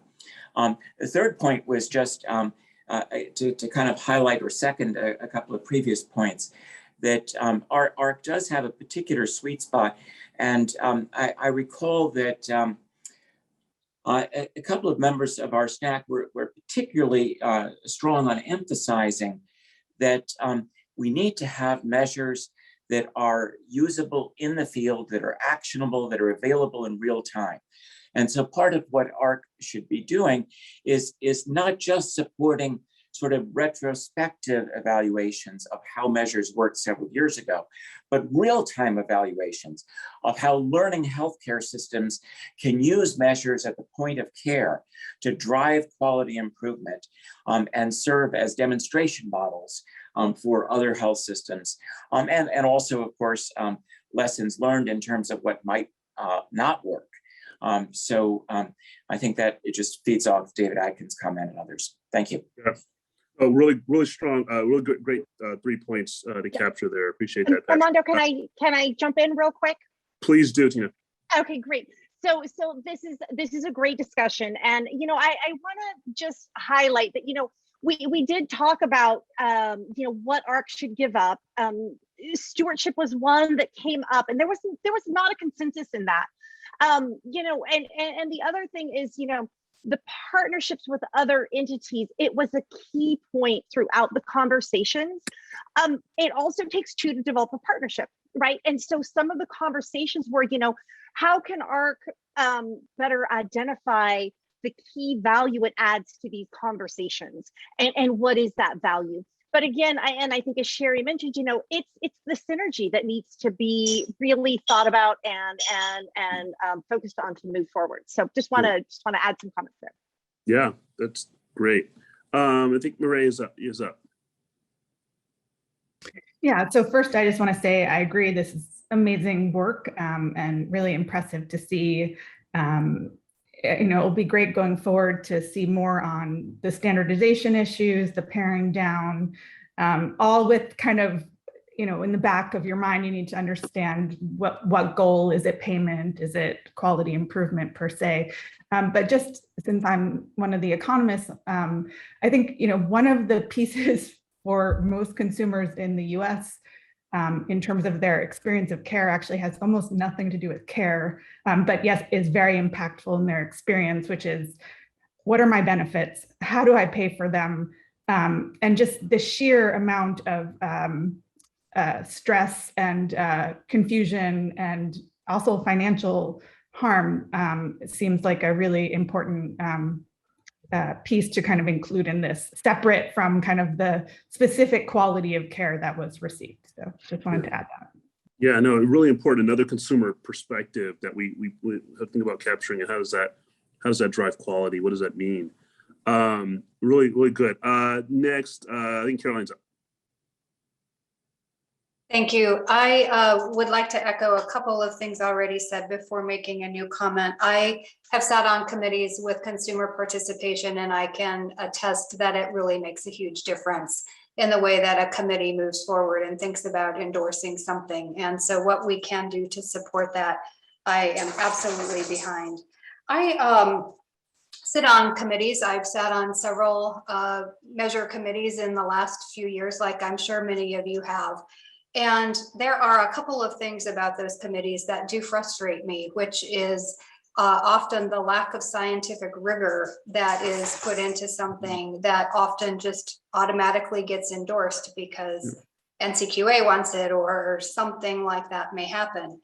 And I have concerns about that because with that lack of rigor upon which endorsements are often based, those measures get turned into things that do measure ultimately what is quality for providers or for health plans or for other organizations. And I think we need to take a careful look at AHRQ in what the standards should be in terms of universally endorsing measures, no matter what agency it is. So along the line of really synchronizing what those measures are and what the definitions are, as Omar brought up, I think we also need to look at standardizing what the criteria should be before they get endorsed. It's often as different as the different mix of people in the room. Another area that I think is important that I've seen in the industry is a growth in private organizations, especially those that may have the next version of an EMR or the next version of an app creating their own quality metrics, often for profit, and it then further muddies what we are trying to do as an agency or at a national level. So I would strongly advocate for CMS, HHS, AHRQ, or the the combined group sitting under HHS to work to call together all of the major groups and really coalesce around some of these issues. I think it's time. We've had enough environmental scans at each of the different kinds of organizations that I think it's time for maybe us to step up and lead through what these issues are and how they can be resolved. Yeah, interesting. I mean, so it's almost, you could almost imagine a bit of a seal of approval around some of these measures. So even if an external group develops it, you really want to have some of that rigor that you talked about. There is a balance though between that rigor and the time it takes to develop that scientific rigor and just the operational realities of being able to measure. And sometimes we don't quite pay enough attention to that balance. I think the stress on healthcare systems and providers is humongous. And as we look at measures that step outside what can be pulled from claims data sets, which are the easiest to pull from often, it becomes more and more burdensome, as many people have talked about. Yeah, oh, absolutely.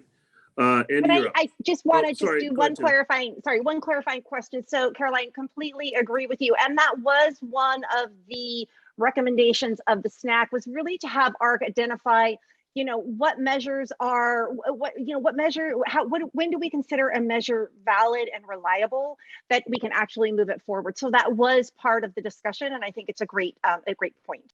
Yeah, no, really great. Captured that. Also, just I think Caroline's point was also very well taken, but one of the other topics that come up quite a bit in many of our meetings is the idea of really bringing in health systems into at the very earliest stages in planning and execution of whatever actions AHRQ is taking with regard to measurement. We're really bringing them in a more robust way, which I think would get to some of the issues we have with the practicalities of collecting measures and reporting them, and at the same time having valid and reliable measurement from a research point of view. So I think that was a very strong part of the discussion. Thank you. Very good. All right, Andy, you're up, and then Youngling, you're after Andy. Thanks, Edmondo. Try to make non-overlapping comments.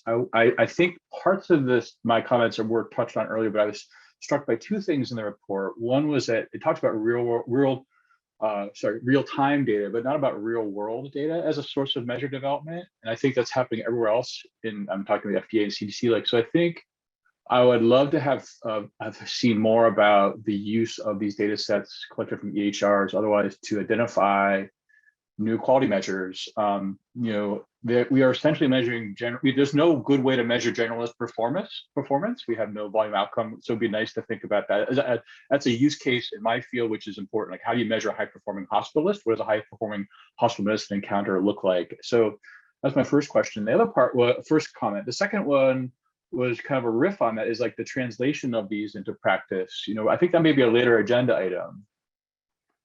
But promise measures are a validated form of patient-reported outcomes, which are a more structured version of what is coming into my EHR, which is patient-generated data. And I have no data, no understanding of, I don't know if Peter has done this better at IU than we've done at UCSF or others, but we're building lots of questionnaires in our EHR. And I have no idea whether they're being used, how well they're being adopted. I don't know if they're influencing outcomes in the least. I know they're poking our internists' eyes out with being in their new flow sheets and my chart messages. So I would love to think about that. Maybe I'm touching my nose as I say this. Like, maybe this is another snack, but it feels like the translational pathways are really new now, and it's different than CDS for quality measures. And love to think about that as a something to explore on this committee. Great. And I'll just jump in, because there were conversations about using real world evidence and EHRs. And again, as I think Patrick Romano mentioned, we were looking at this in the scope of AHRQ's expertise and other agencies working in this area. So identifying, areas where we could really leverage, think about what leverages, where AHRQ can have an impact. A lot of like ONC is really working on developing EHR measures, et cetera. And so it was part of the conversation, but we weren't sure where our unique expertise was in that, if I could summarize our conversations, but it definitely was part of the topic. Thanks, Tina, for adding that color. Youngling, you're up. Yes, thank you, Armando. And my comment is along the same line as Andrew and Tina just mentioned. I think it's very important that we do develop a system for real-time tracking and what need to be improved in real time on, in healthcare delivery. In order to do that, there's tremendous work before really to develop the system that is the data. We all know data, medical records is a huge tent. There's a lot of data underneath EMR, EHR, patient reported collected data and claim data. So I just wonder, the AHRQ could, really before move towards that real-time, measure to really have stakeholders come together to really look at all the data, the current system, how we collect the data, what are the data, the validity of it, like Andrew mentioned about it, what is the quality of those data, and what is a primary data source that could help us towards the goal to collect the real-time data. Yep. That's my comment. That great, really important. Thank you, Youngling. I have the last comment on this section. I think Peter, you get to close it out here. I saw your hand up. Thanks, Edmundo. Yeah, I was. I really hadn't chimed in because I think everybody's comments have been right on point. But just to pick up on the last couple of comments, I agree. I think there's a great opportunity to maybe have a follow-on activity that really delves more deeply into and explores that other sort of translational component. We know that there's a lot to be learned and a lot more just very nascent activity happening in terms of how we actually bring knowledge to practice and how we generate evidence through practice. And so as the committee I know talked about, but just to emphasize, the measures are important, the kinds of information that we're gathering, but trying as best we can to ensure that we have ongoing iterative cycles of learning that allow us to continuously generate evidence and then be able to bring that back to practice. And as I know we'll talk about more, be able to then monitor the impacts of those when they get deployed. I think, just to the point everybody's made, I think that would be a valuable follow-on activity. Yeah, the monitoring is really a fascinating concept because I believe I read in the report that interface. I believe Tina and Leah, you guys were kind of talking about this interface between the measurement and the implementation, right? And so that means that you do have to have strength, Peter, to your point around that kind of seeing the outcomes. So it's not just, hey, here's measures, good luck. They're evidence based, they're rigorous, and then have fun. But it's let's measure and let's think about how we actually implement and move forward, which means that we also have to reassess those measures because it may not be that it's the same thing we were measuring 5 years ago. It may not be relevant anymore as we go through the implementation component of what we're talking about here. That's right. And I think as someone said earlier in the conversation too, if you don't do that, the other thing that you run into is, now we're doing unnecessary work or it's not as valuable and you start running into the issues of burnout and the like. So it's all connected. Yeah. Exactly. I could just add to that. There was a lot of discussion at the SNAC about the quality of quality measures and that we have to measure that, and that AHRQ may have a role to play in that. And but I will say also there was a lot of discussion about sort of two buckets around implementation, which is within the delivery system, but also what I would characterize as external, meaning public reporting or payment reform. And we've talked a little bit at the NAC about that, but that was a big topic for SNAC, is really understanding the various uses of measures and how those therefore get translated effectively, understanding how it gets translated effectively. Yeah. And I'll just add to that, we had a lot of discussions about, you know, an opportunity to for AHRQ to think about the infrastructure that's needed to take measures to practice. And so while there was, you know, nobody was suggesting that AHRQ develop a national infrastructure for this, but AHRQ could really think about the guidelines. So what are the best strategies for collecting this data in real time? What data do we need to get these measures to real time? And how, you know, what are some strategies to get it back to point of care? So infrastructure was a big conversation that we had during the SNAC, and I think we highlighted it in the report, and if not, we can definitely talk more about that later. Yeah, sounds great. So what I'd like to do, the really robust discussion, and I think you know, that part of the discussion is really for us. It's for NAC in terms of you know, answering those original. Can we throw the slides back up real quick? Those initial 3 kind of points that we had served up. So yeah, so this is let's go back to the last previous slide. I just want to kind of close that one out. Right. So again, that very robust discussion. I think we probably expanded beyond just these bullet points, but that's fine. That's good. But I did hear, though, you know, folks talk about really, you know, and I heard a couple of times, you know, no more environmental scans. And that came through in the report as well. You know, do we really need more data to answer these questions? Can we just move forward? So I did hear some of that. We did talk about, you know, some other input though. We did hear, you know, Joint Commission, you know, National Academy of Medicine, consumers. We heard a lot of that. So, you know, that begs the question about what our recommendation should be to AHRQ from the NAC. But let's move to the next slide, because there's a couple other points we want to pull up here. We have a little bit more time to dig into this. And we've already started to get into some of this in our current discussion.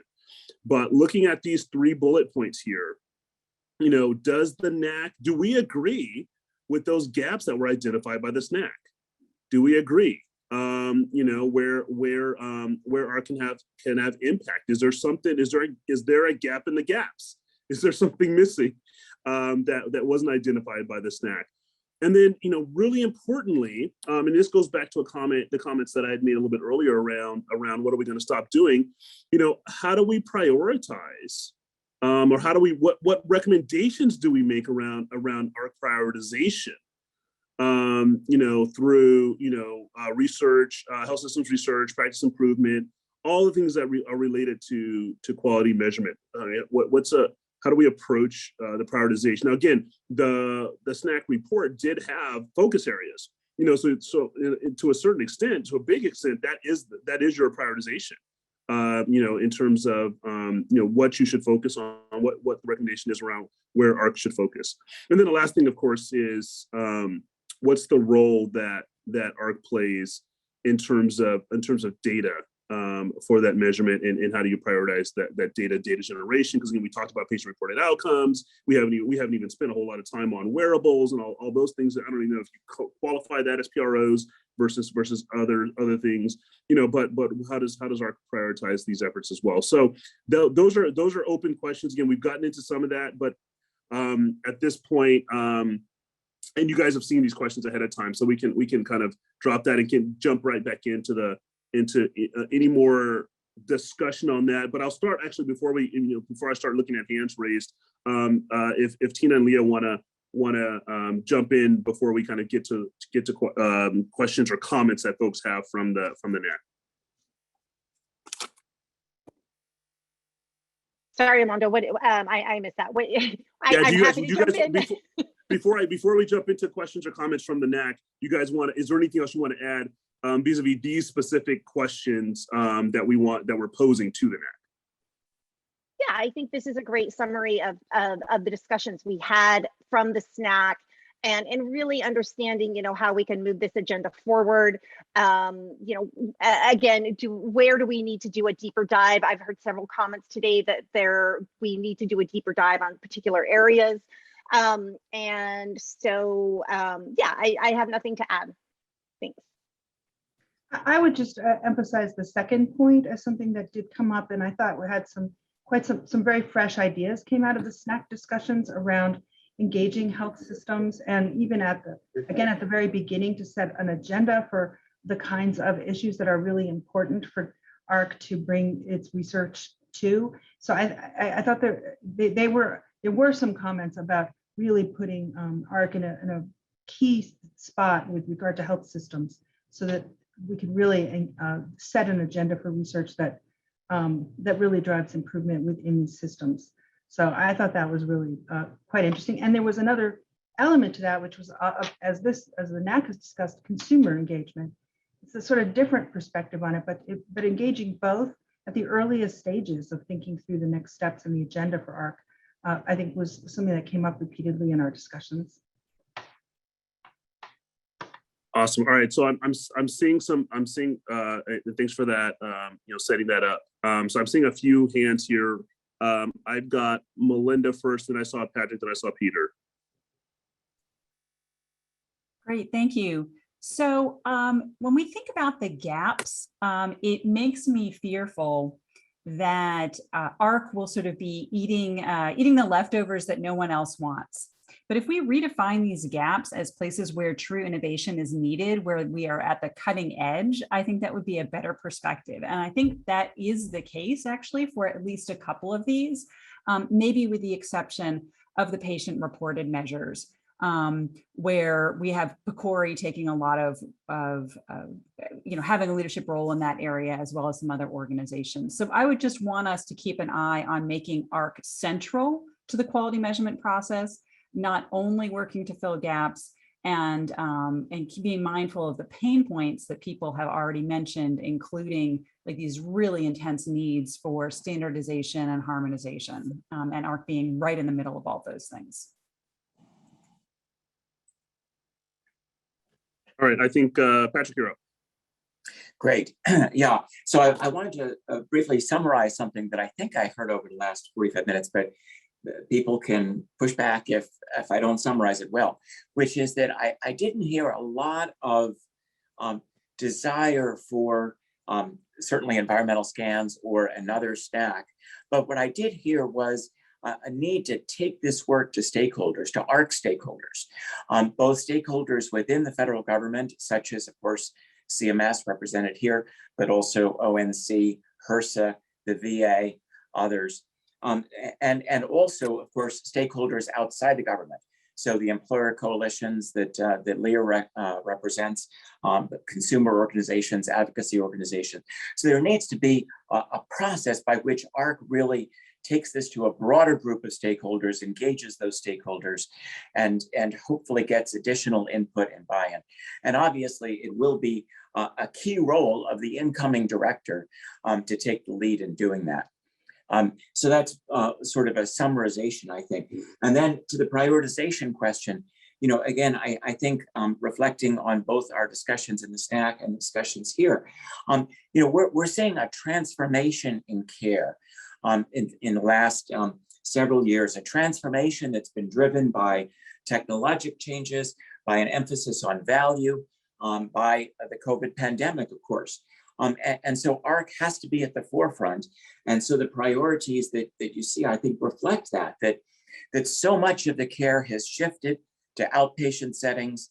I mean, it seems like in a few years, we're hardly ever going to be doing surgery in the hospital anymore. It's all going to be outpatient surgery, ambulatory care centers.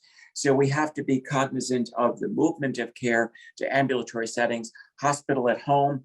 Again, 10 years from now, most hospitalized patients will be cared for at home if we follow the directions that some of the leading centers are doing. Telehealth is the second thing, very much part of that with the movement to telehealth. There's been a big swing back, I think, just in the last few months, as a lot of patients have said, hey, I really prefer seeing my doctor in person.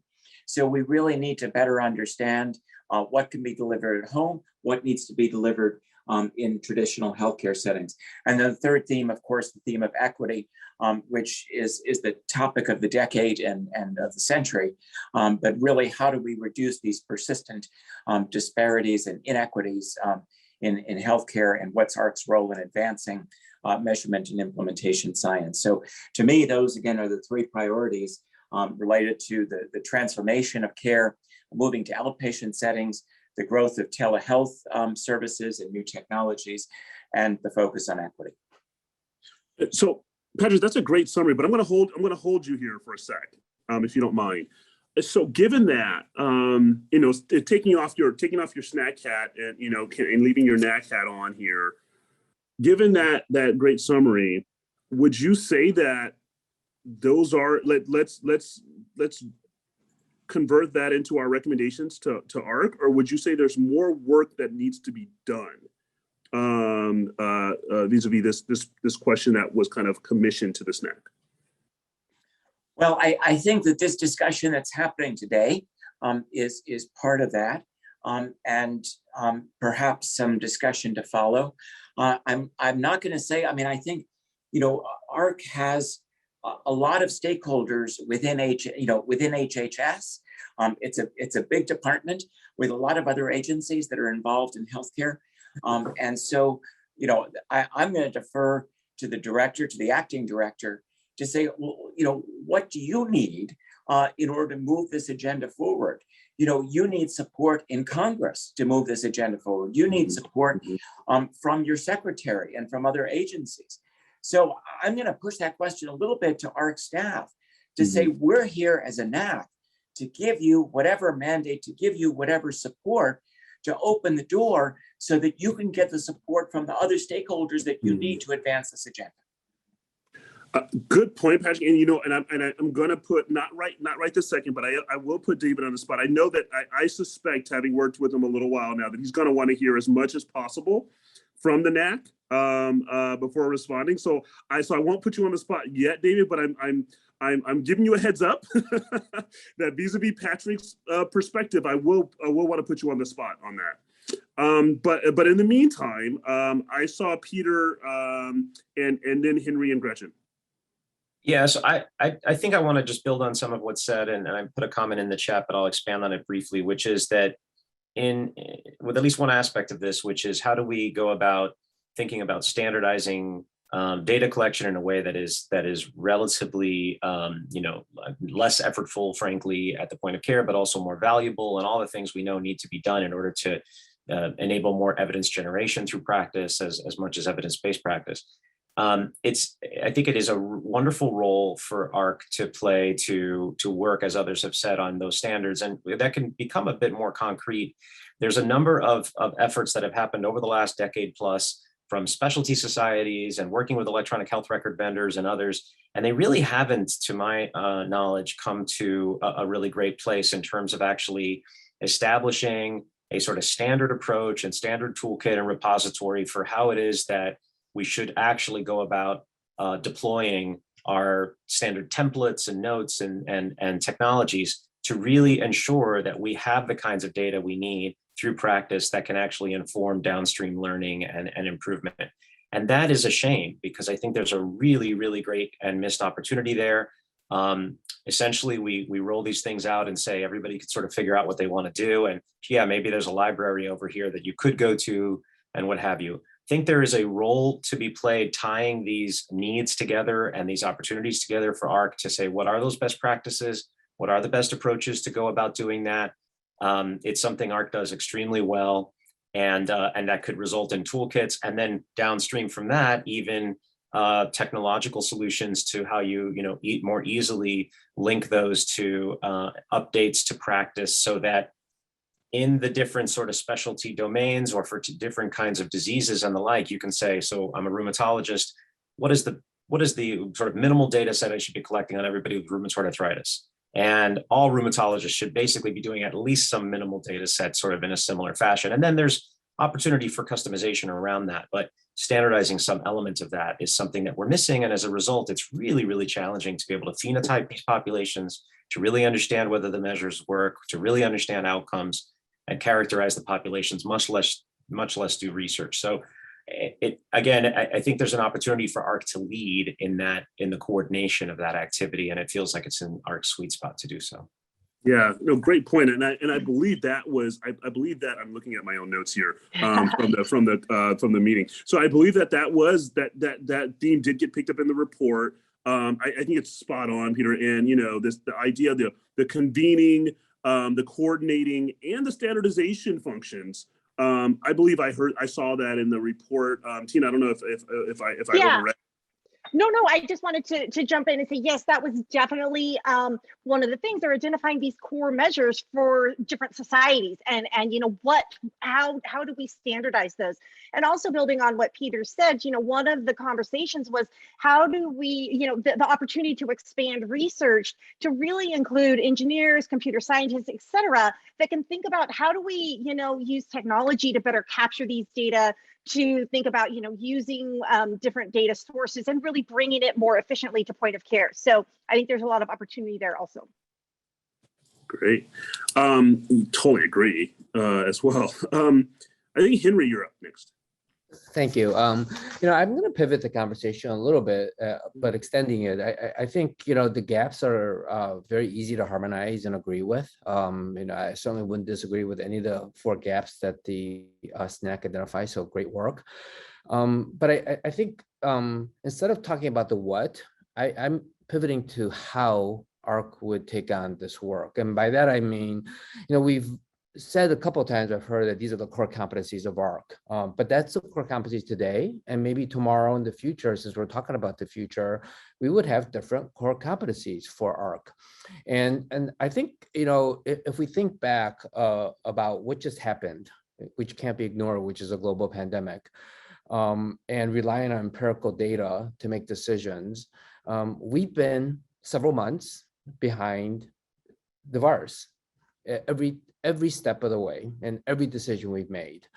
And how we've done this work, if we continue to do it this way with standardization, measurement, collection, reports, toolkits, implementation science, that may not be what we're looking at in the future. And I resonate with the terms that others have used about real time, real world. I would add speed, scale, being able to forecast, making decisions with imperfect data, having the agility, how do we really bring in the AI, digital consumerism to bear here? And I think most healthcare systems had to do this in the last 2 years. They've developed measures for how they care for patients, how to screen for COVID, and how to do procedures, and how to get teams together. That was done at a pace and scale and was all local. And I think many hospitals thrived and did very well. And I think that's more likely the future we will need to be looking at. And because I think in the next normal, we're going to be better than before. And that's got to include doing things very differently than how we've historically have done them.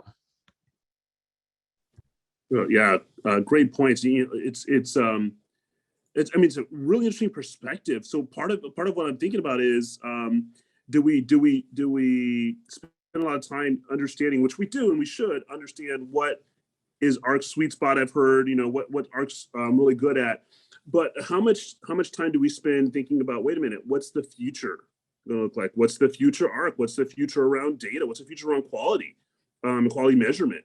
And do we start to kind of skate towards where the puck's gonna be, and not just kind of where it is right now? Oh, by the way, I'm in Tampa, which is the home of the 2-time defending Stanley Cup champion, Tampa Bay Lightning. So so I will make hockey references every once in a while.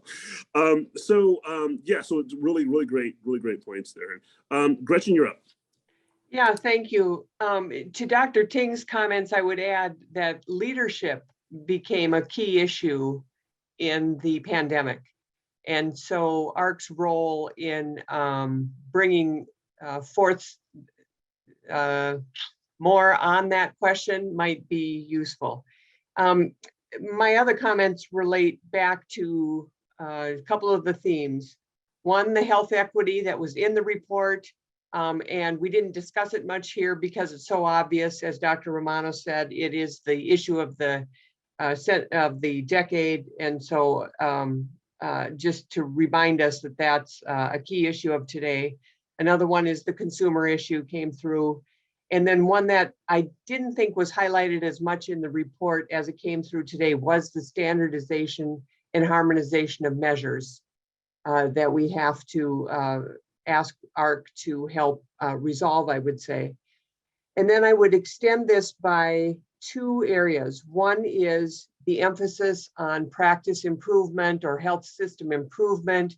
We know a lot, we've measured a lot. Can we please close these performance gaps in our population, in our health outcomes. It's ridiculous that we have this stuff staring us in the face and we don't have a way right now to really move America forward on these selected areas. And we have to select the areas just as we've done it in past times of improvement, where we've selected infections or we've selected whatever the measures were to really move the performance, and we've had impact that way. And then the last thing is that I think we've missed is almost the first thing it would have been nice to have in place to begin with. And that's an overall framework, a statement of the problem.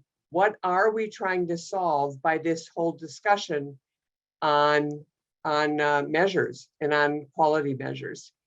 Do we have a proper framework of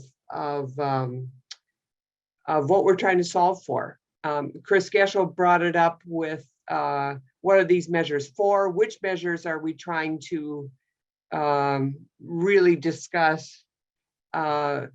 Is it health issues? If so, which health issues are we really trying to improve upon? And we don't have that overall framework. So when this goes to the broader parties within the government, within Congress, without having that overall framework really crystallized in terms of priorities, I think we're going to get into more difficulty in picking the areas and the strategies to go after this without that common, I call it a problem definition, but you could state it, you could call it a lot of different things. Yeah, no, that makes a ton of sense. Yeah, Armando, can I just jump in real quick? Because I think that Gretchen mentioned something that's important that I want to clarify. And so we talk about health equity, and yes, it is the topic of the decade.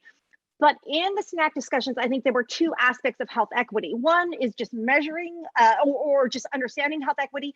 And the other is developing new quality measures that can really help us understand health equity. So I think there's an opportunity for AHRQ to, what the SNAC has discussed was an opportunity for AHRQ to think about developing quality measures that specifically look at health equity. In addition to using existing measures to understand health equity. So those are two separate things I think that are important to understand. Awesome. Yeah, really important. All right, so here's the deal. We've got 4 minutes until for this section to close out. I've got 4 people on my list. So you guys got 60 seconds each. I'm going to start with Judge Rika. 60 seconds works, because I was just going to reiterate what Gretchen said. And then the only thing that I wanted to just bring back to the conversation as we are culminating is how do we keep the lens? We talked about the health equity lens and the community voice and all that. That's super important. How do we keep the provider wellness in this conversation? I know we've mentioned it just a little bit here and there, but I really want us to think about how we don't exacerbate the current crisis around physician burnout as we improve quality and address equity. Thank you. Oh, keeping those docs in mind. Really appreciate that. Greg, you're up next.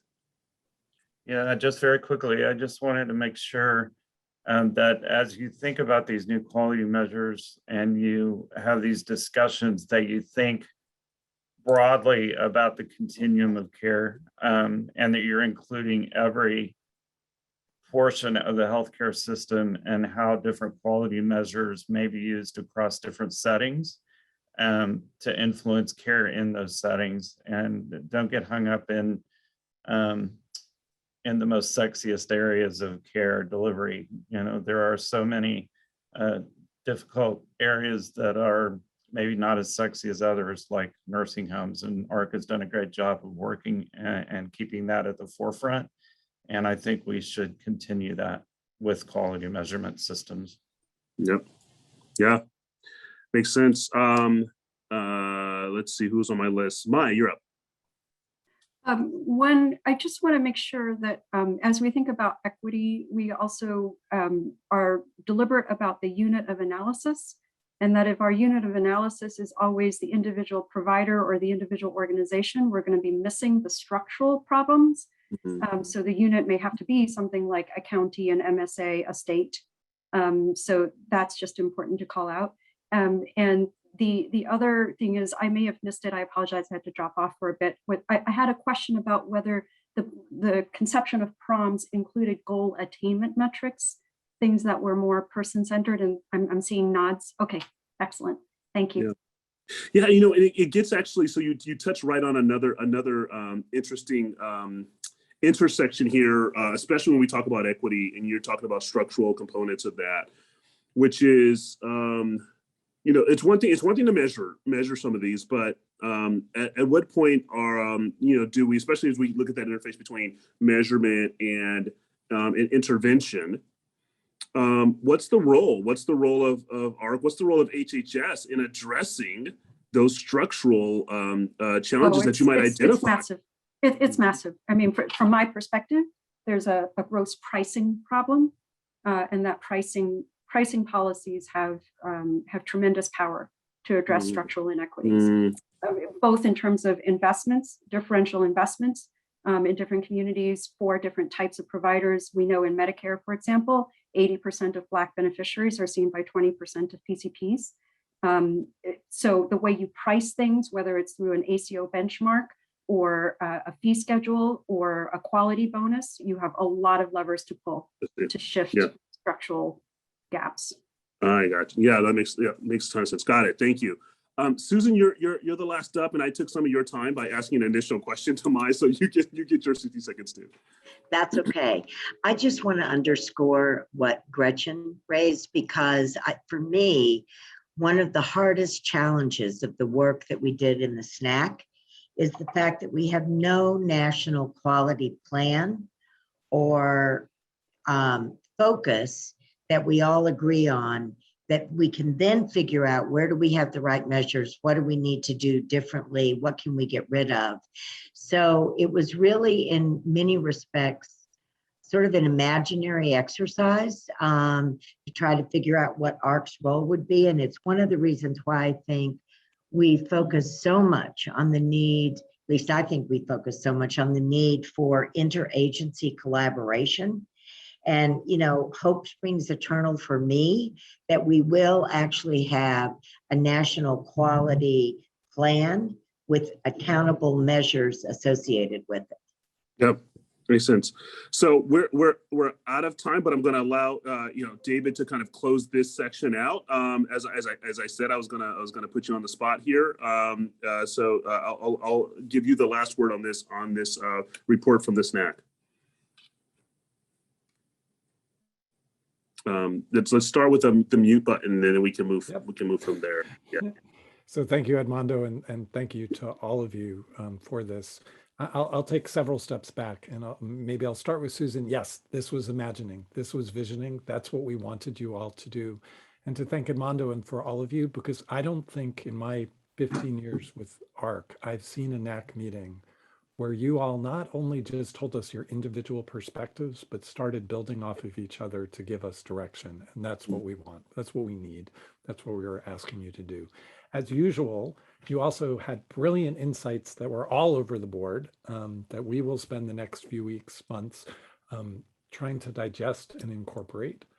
But I think there was some core there that we needed as well. So we always are going to, so moving forward, not just on this topic, I want to encourage all NAC members to think about that balance of where can you come together to give the team at AHRQ real North Stars to well, maybe not more than one North Star, that's a little confusing, but direction, and when you can push our thinking. And I've said this to you before, I really like when a discussion makes me feel uncomfortable, when you ask us to do things that we haven't thought about, that will make us have to do things differently. So I think it was Dr. Ting who flipped the script on us, and I was like, oh, that gave me a headache, and that feels really good. I don't have an answer for you about the specifics of where this is going to go. I really think this wasn't SNAC 1.0. This was like SNAC 0.1. I hope this dialogue will go forward.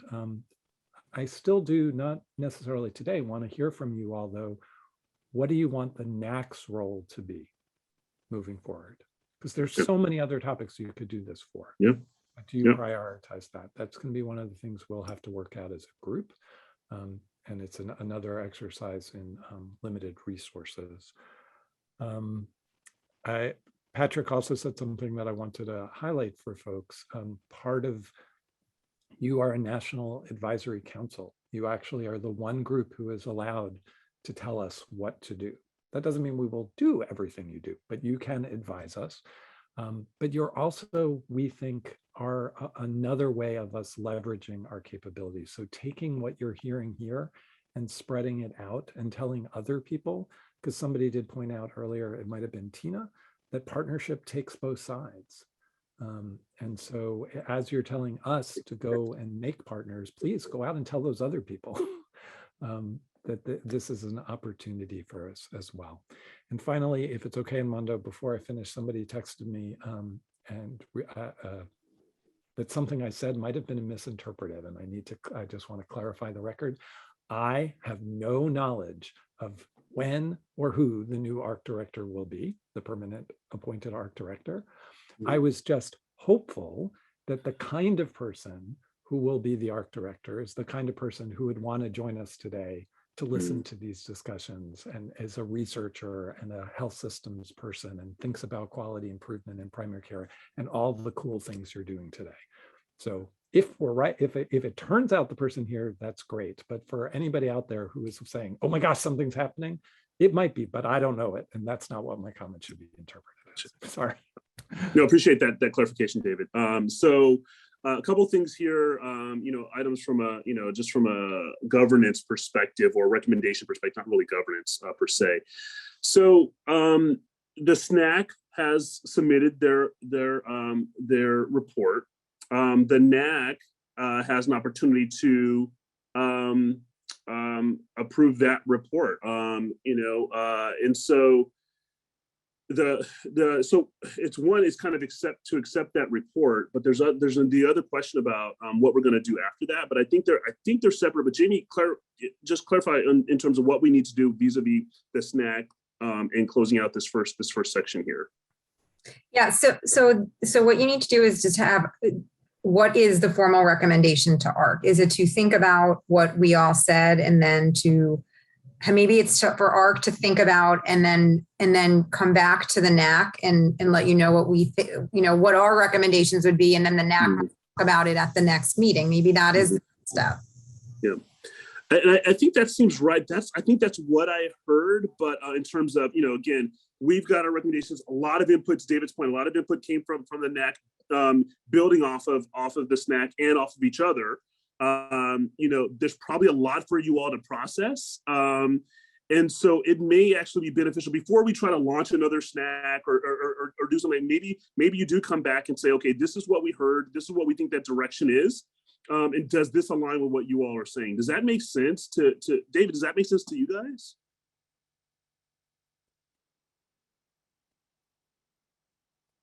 You're on mute, David. Yeah. And Mondo, whatever you all do is fine. One question I have though is, and maybe Jamie, correct me, I think if the NAC gives approval or adopts the SNAC's report as, or accepts their report in some way, we plan to, but it'll make it easier for us to make that public and share those for everybody. Yep. And then you can say, we adopt this, we want you to use that and what we've thought about, and come back to us with your vision, and we'll give you more feedback then. Right. That's one level that you could go. Why don't we do and say, drop proms from the 3 priority areas, which somebody said, we heard that, but you could make that your official, here are the 3, and we're not going to call them gap areas. You wanted to call them areas for innovation. Thank you, Melinda. Yep. Angie.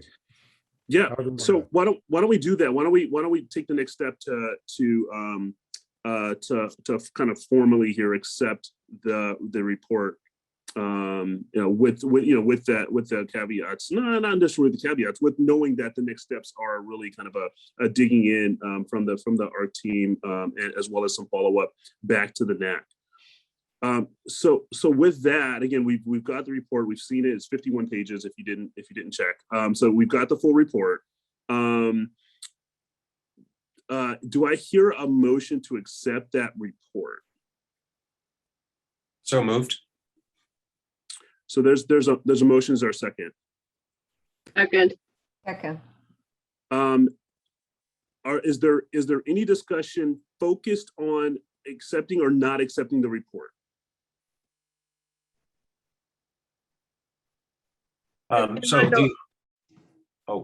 Forgive me. Go ahead, Peter.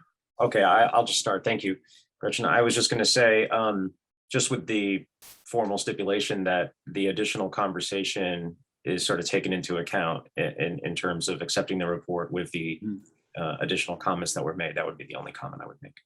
Got you. So as someone's documenting this conversation, in addition to it being recorded. So with that edit in mind to this accepting of the report, which I think is friendly to the Yes. original.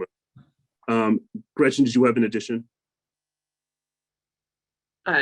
No, I had the same comment as Peter. Okay. Any other conversation, again, focused on accepting or not accepting this report? Yeah, I was just going to say that I think the minutes from this discussion could be viewed as, I don't know about an appendix, but that is complementing the SNAC report. And I think the combination of those two resources, I would hope would allow Dr. Myers to take this report, to other stakeholders, as I've discussed, to his deputy secretary and secretary, to people in Congress, to others who are interested, and get that broader feedback that AHRQ needs. Got it. All right, and that I think that's friendly and also consistent with Peter and Gretchen as well. So with that, we'll take a vote. I can see you all. So all those in favor, give me a thumbs up or raise your hand. And I'll just look through. You'll have to be a raise your hand. Yeah. Raise your hand. There you go.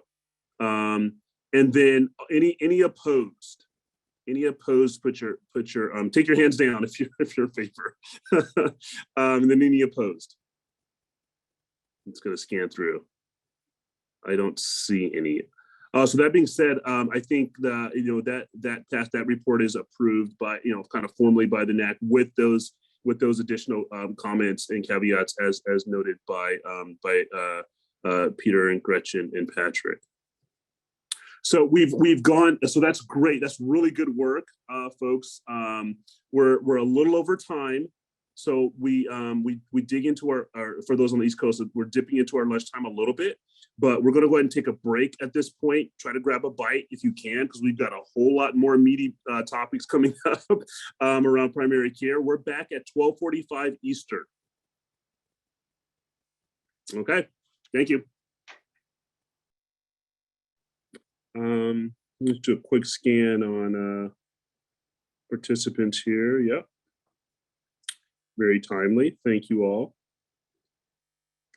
So what we'll do next up is, I don't think I always hesitate to go before I see Jamie, but I'm gonna move forward anyway. So let's go and we're going to update and discussion on primary care. And leading this discussion is Dr. Arlene Bierman. We've got Bob McNellis, and we've got Patrick O'Malley, I believe, is also in this discussion. So at this point, I'll hand it over to you guys. We're going to hold questions till the end. And so I'm going to hand it over to Dr. Bierman and team to give us an update and discussion in primary care. Thank you. So actually, we're going to give the NAC a little bit of time to give us input before we go fully into the presentation, but I'm just going to start with a few comments. And really, we're so glad to have the opportunity to talk with you today and looking forward to your input on how we can best expand the reach and impact of AHRQ's work in primary care.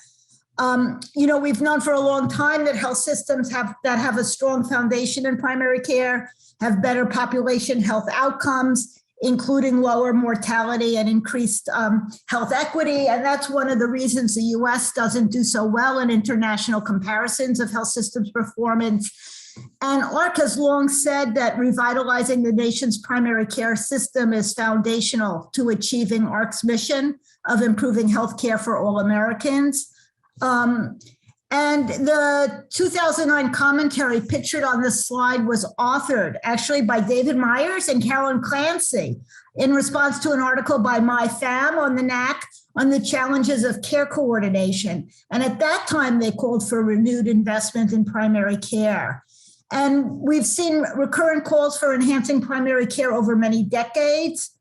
I actually practiced for many years as a primary care physician in the public hospitals in New York City, where I directed a Department of Ambulatory Care and a primary care internal medicine residency program. And at that time, we practiced community-oriented primary care. We had an interdisciplinary team that included behavioral health and had strong linkages with our community organizations. And over time, I witnessed the erosion of our ability to deliver this care. And, primary care is once again at the crossroads. The COVID pandemic has placed new challenges on primary care clinicians and practices that I'm sure you all know. It has also drawn attention to the fact that, like public health, primary care has been under-resourced. I think there's some good news on the horizon, and I think we have a window of opportunity to make a difference as the need to invest in primary care is once getting attention. You've all seen the recent RAND report that highlighted the great need for primary care research, and the recent NACE report that made recommendations about the actions needed to implement high-quality primary care. The HHS Office of the Assistant Secretary for Health has just announced that they're developing an HHS cross-agency plan to strengthen primary care with the aim of improving health outcomes and advancing health equity. So today we'll give you a brief overview of AHRQ's past and current work in primary care and our vision for the future. I'm joined by Bob McNellis, AHRQ Senior Advisor for Primary Care, and Patrick O'Malley, who's our new Director of our National Center of Excellence for Primary Care Research. But before we get started, like to take a few minutes to hear from you and hear what you see as the biggest opportunities for enhanced primary care and primary care research. So I'll turn it over to the NAC. So with that, it looks wide open. So what are some opportunities around enhanced primary care? I know there's opinions, and I think maybe starting that conversation, I'm gonna put Mai on the spot here, since I know you've leaned in very heavily in this space, and so I want to put you on the spot to lead this part of the conversation. Wow. So I will humbly explain that the framework I'm coming from is perhaps a little bit non-traditional in that I tried to think about what the moment actually is. And trying to mesh that with timelines that research happens on is a little bit tricky because the political moment shifts much more quickly. But from my perspective, I would say some of the shifts that I would love to see AHRQ make are, we all know about the burnout issue, and we all know about the professionalism issue, and about all of the provider-centric issues. They are not playing very well in the moment. Despite COVID, despite how much duress this sector of the care delivery system has been under, that is not playing well because it triggers all kinds of reflexive reactions about, who needs what and blah, blah, blah. I think this is a moment instead for AHRQ and other supporters of primary care to think about linking primary care more explicitly to the stated policy priorities of decision makers, including equity, including more flexible person-centered modes of care delivery like digital health, including whole person health, right? Including value-based care. Whatever, the drawing concretely, connecting the dots through research and other means to demonstrate that strong primary care gets you to those goals and in fact is a necessary ingredient for getting you to those goals. So that could be, some examples would be like, you can't really address social drivers of health very well or as well in a context where there's fragmented, kind of very physician-centered models of care as opposed to team-based care with a lot more revenue flexibility through capitation or some kind of global payment for people to actually take the time and assess your social context and needs and do the family mapping. So they're just the kinds of models that AHRQ supports the testing of. I know that AHRQ has always been a believer in team-based care and promoting the examination of those models. I think nowadays when people say team-based care, they mean a somewhat enlarged creature, right? That is not just within the four walls of that practice or that care delivery site. It includes community health workers. It includes whatever. It may include an aggregator entity like an Alidate, right? That is providing a wraparound MSO kind of function because independent practices just can't do it all themselves. It starts to bleed a little bit into science that is going on elsewhere around value-based payment and payment reform and even public health. But I think that that's the general direction I would push AHRQ to go because I have in mind what the political moment right now is. And I don't foresee that political moment getting any easier for advocates of primary care to kind of pull on heartstrings on behalf of providers, but pulling heartstrings on behalf of the issues that policymakers have already said are important to them, I think could be more effective. So that's an opener. And we can dive into more specifics. It's a great opener. It's really great way to launch this part of the conversation off. I don't see Susan back on, and it's I was gonna call on her when you get back. But what I'd like to do though is I want to pull Gretchen into this conversation and give kind of a consumer perspective of this same question. Thanks, Edmondo, for catching me off guard there. What comes to mind is primary care just doesn't get the respect that it deserves. From a consumer standpoint, there are a lot of pockets where people don't understand the value of primary care and the access to primary care in many parts, whether it's rural America or potentially inner city where the primary care clinics are just too far out with transportation issues. So raising up that profile is really essential, I think. And I don't know if it's more research. I'm not convinced it is, because if I already know it, I don't need more research to tell me that. So it's a question of how do you get that word out to really give primary care its due. And I was surprised to learn that the formalization of family medicine as a specialty was only in 1969 or something. So in that sense, it's sort of new to some people.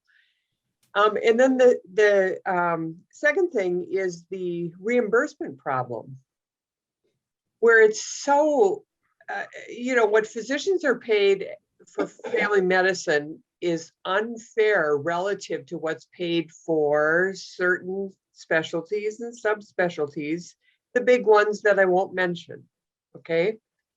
And, would you rob Peter to pay Paul? Yeah, I might. But the reimbursement system plays into that, I think, a lot.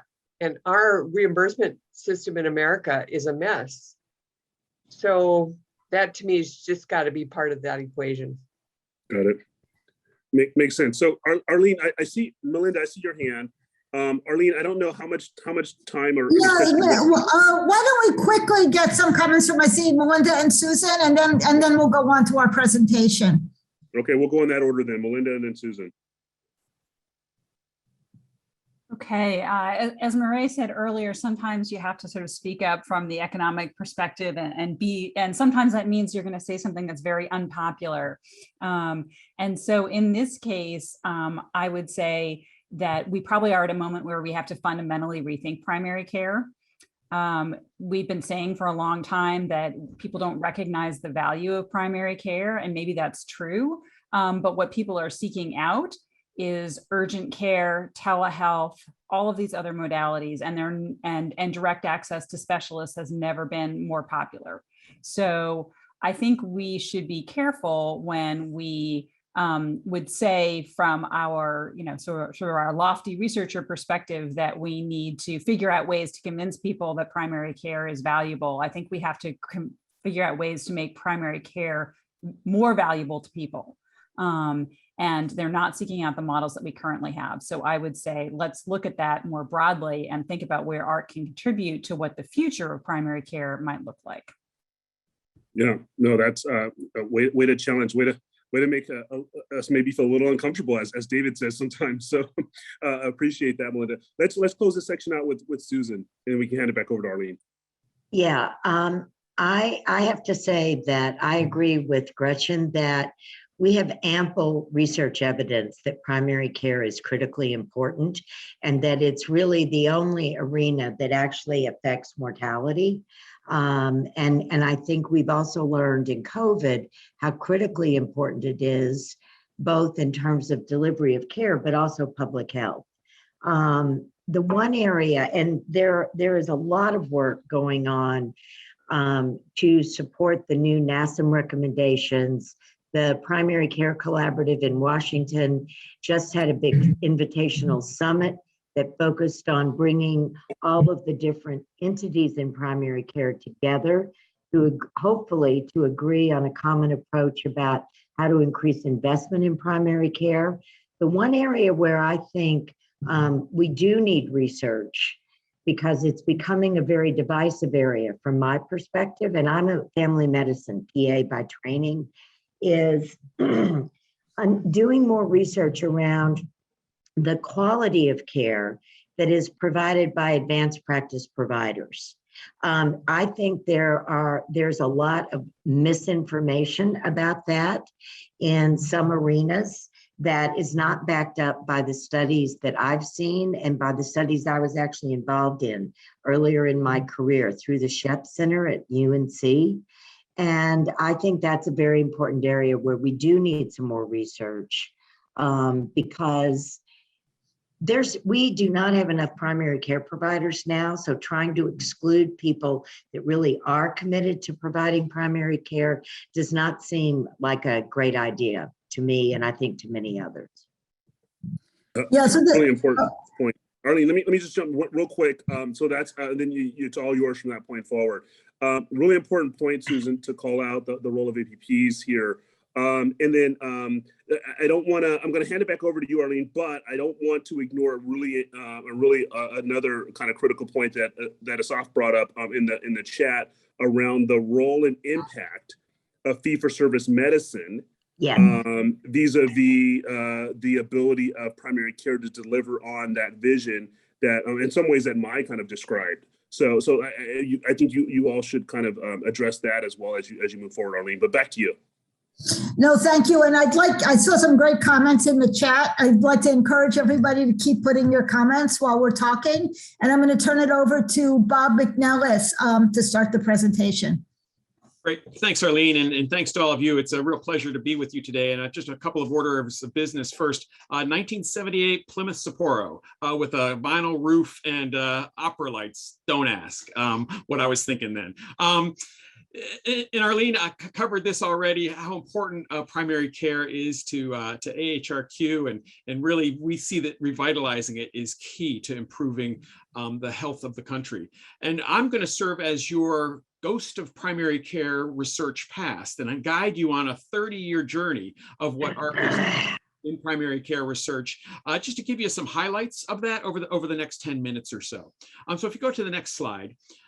Really, actually, and this is just a preview of some of the questions that we want to engage you with at the end of the presentation. So these are the things that, as we go through this, that we want you to be thinking about. And we'll come back to these questions at the very end, but really, where are the opportunities for us? What are, given our limited resources, where can we have the most impact? How can we encourage innovative methods? And what do you see as needs for primary care data resources and other things? We've already talked quite a lot about quality measures today. And then really, how do we get the word out? So these are things we will come back to you on, just to give you a heads up on those. And if you go to the next slide, really, primary care is in the DNA of the Agency for Healthcare Research and Quality. You may or may not recall that when the Agency for Healthcare Policy and Research was first established in 1989, actually late 1989, by March of 1990, we had our first primary care research meeting. It invited some of the greatest thinkers in primary care research, brought them together to talk about what AHRQ's role could be, or excuse me, at that point, AHPAR's role could be in primary care. And as Gretchen noted, the early commenters suggested that, well, primary care is still a young profession. We didn't have established research programs. We did not have experienced mentors in 1990. And there were some really fascinating discussions at this meeting, including some keynote remarks by Harvey Estes, who I'm also a physician assistant. He was one of the architects of the PA profession. And so I take his words really to heart. And he actually asked the question, where have we been and where are we going? Questions that mirror what we're talking about today. That primary care research meeting also discussed things like changing provider behavior. How do we deliver primary care in rural areas? As I think Dave alluded to also, how do we deal with substance use? Many of the same questions we're dealing with today. So even what we dealt with 30 years ago still comes back today. That initial meeting led to a couple other meetings, one on theory and methods around doing research, and then into a broader national primary care conference that then followed. And if you go to the next slide, then in 1996, there was a really important report released, and it was the first, or actually wasn't the first, but it was an update of the IOM's report on primary care. And it created a definition for what primary care was. And part of that definition is in the little box below about the provision of integrated, accessible healthcare services. Actually, it was by clinicians who are accountable for addressing the majority of an individual's health needs across settings in the context of patients, families, and communities. And maybe you notice my words changed a little bit there, because we actually incorporated that definition into the work that we did at AHRQ up until recently. Just this past year, on the right, you see the cover for the Implementing High Quality Primary Care report that followed up the 25 years later, the IOM report that really laid out really, what do we need to do to implement all those recommendations that were made 25 years ago? And actually, we added new language, or actually the NACE group added new language that included, actually, I didn't put it in there, but whole person care, really focusing on teams instead of just clinicians. They focused on equity and not just health, but also wellness. And that is the absence, more than the absence of disease, but wellness and well-being across settings. And then sandwiched in between, Arlene has already talked a little about the RAND report that really looked across HHS and other federal agencies around the overlaps and where we can coordinate and collaborate our primary care research agendas. And if you go to the next slide, please. What we have here is in 1999, and I know I broke the chronologic chain a little bit just to highlight our most recent NASM report, but in 1999, is when AHRQ came back from its near-death experience of the late 90s, thanks to the charismatic leadership of John Eisenberg, and was reauthorized as the Agency for Healthcare Research and Quality. And one of the main things in that authorization was a note about our role in primary care. So it established a Center for Primary Care Research and noted that it would be the principal source of funding for primary care practice research. And we can talk more about whether we think that has happened yet, and then provided some guidance about what we should be researching as part of that center. And if you go to the next slide, over the succeeding 20 years, AHRQ is, since 1999, AHRQ is engaged in a wide variety of primary care research. And I've highlighted just a couple of things here. I'm not going to spend a lot of time on this slide. Happy to go into depth on any of them. But one of the first things I put up there at the top of the list was practice-based research networks, which many people think is one of the greatest contributions AHRQ has made to primary care research. We funded 3 areas of practice-based research networks. In the 1990s, we funded infrastructure development. And then the early 2000s, 2000s, we funded a lot of capacity building, including convening the first PBRN conference in 2002 that continues today. In the teens, 2012 to 2017, we worked on expanding collaborations by funding some centers for practice-based learning and research. We also, in 2007, many of you know, came out the joint principles for the patient-centered medical home. We embraced the concept of the medical home as a way to transform primary care and improve its delivery. We did a lot of work around understanding how to research it and how to evaluate it, which led to this not so difficult conclusion that you would all agree that practice transformation is hard. People need help when they move to those things. So we're really focused on practice transformation work and what is needed to help primary care practices shift to new models of care, whether it's the PCMH or something else. So we invested in practice transformation. And one of the keys we found about that is that the help that they need can often be in the form of practice facilitation. People who can go in and help practices redesign the way they deliver care, help them with quality improvement activities. So we invested a lot in developing materials to support practice facilitation. I won't go into the depth about the others, but we created atlases around care coordination as well as team-based care, clinical and community linkages and other things. As I think you noted, that team-based care is important to us. We see it as really helping individual clinicians work together to get patients the care that they need. And then particularly important is focusing on persons with multiple chronic conditions. So we've done much work about that, and you'll hear more about that later. Next slide, please. Well, we also then pivoted, thanks in part to the Patient-Centered Outcomes Research Trust Fund, to not just doing research on transformation, but actually helping with transformation, actually funding projects to help get evidence into practice and then learning while implementing. And these are 4 projects that we now call in our family of Evidence Now projects. Evidence Now Advancing Heart Health launched in 2015. We work with over 1,500 primary care practices to improve the uptake of heart health evidence, get that into practice. And we found some good findings. We had some good findings from that. One is we know we were able to improve quality improvement capacity in these small and medium-sized practices. We made moderate but real impact on heart health in the patients who go to those practices. And then we created models so that others could follow in our footsteps to do that work, and created some tools that people could access to really help continue that work. We followed that up with managing unhealthy alcohol use, which we launched in 2018 to help improve the integration of behavioral health and primary care and the uptake of screening and brief intervention into primary care practices. Because we launched this sort of essentially during COVID, we actually learned a lot about virtual facilitation and what it takes to build practices when they're already stretched during the COVID pandemic. Just recently, in the last year, we've launched Building State Capacity to Advance Equity in Heart Health, and we've working with 4 states have the highest rates of preventable cardiovascular disease events, and to help them build the capacity within their state to deliver quality improvement services to practices. And then we're very close to launching our Managing Urinary Incontinence as the next work we'll be doing with primary care practices. And if you go to the next slide, please. This is just, I won't spend a lot of time here, but just to say that things come out of this work. We're not just doing the work and walking away. We're actually trying to create some lasting impact from this. On the left, you see a driver diagram of what we came up with, some of the key drivers, and I'll point you to the website actually where you can see some of this stuff more closely and look at what some of those key drivers are, but how to make practice change based on what we learned. And then we have handy little bookmarks. If we were in person, I would share one of these with you today that talks about our tools for change. It was a curated library of 100 or more tools to help practice facilitator, quality improvement folks, and others make change and implement evidence into practice. And if you go to the next slide. So implicit in all of this is we're working across states on this concept of primary care extension service. And this idea of a primary care extension service is not new. The agricultural extension service has been around for over 100 years as a way to get science and technological assistance to farmers to improve their yield of food. Well, this idea that we could do the same thing for primary care, provide this community of support for primary care practices who need quality improvement support practice redesign. And the Affordable Care Act actually authorized AHRQ to create a national primary care extension service. They did not appropriate any money for us to do that. But what we have done through our Evidence Now projects, through some projects that precede that called Impact, and the colors don't really mean a whole lot here to you, except to say that we've worked in about 22 states to develop this model of a primary care extension service where states have some capacity to work with primary care practices on quality improvement and practice redesign. And if you go to the next slide. These are some selected accomplishments that we've had over those last 30 years, and many of them were in this is abbreviated list from what you might have seen if you saw the mapping our progress over the last 30 years. One of the documents we sent out in advance, and they fall nicely into our 3 buckets of core competencies at AHRQ.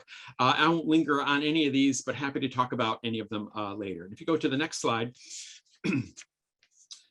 I'm going to bookend our journey through the past 30 years to say, well, 30 years ago, we held our first primary care research conference. In December of 2020, we held our 30th anniversary primary care research conference to bring together a wide variety of stakeholders to help us rethink how we're doing primary care, to help identify what the highest priority primary care research gaps might be, to think about innovative approaches to addressing those and try to at least pay attention to the work that we've done over the last 30 years. The great news is we came out with 40 high priority from the stakeholder perspective, which was fantastic, ideas that fell into buckets of patient-centeredness, clinicians and practice, systems and infrastructure, community and public health, and equity and health disparities. And we are finalizing the proceedings, and we're going to use that as the foundation for building a primary care research agenda for the 2020s. And if you go to my last slide, it's about where can you find all this work? Well, you can find it on the website for the National Center for Excellence in Primary Care Research. And now if you're asking the question, well, yeah, it's 30 years. What have you done for me lately? It's my pleasure to hand it over to our new director for our National Center for Excellence in Primary Care Research, Dr. Patrick O'Malley. So Patrick, it's all yours. Thank you, Bob. Actually, if I could have the previous slide, I'll start there. So the National Center for Excellence in Primary Care was established in 2015, and it sits in the Center for Evidence and Practice Improvement. It was established to both fulfill the legislative mandate, but also to serve as a more formalized, explicit center that can provide some cross-cutting, basically be the cross-cutting home for primary care across the agency.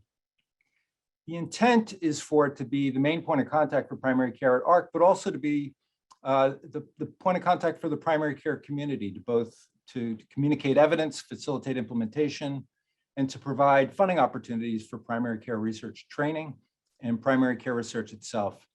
The audience for this center is really everybody primary care researchers, professionals, professional organizations, and also patients. Next slide.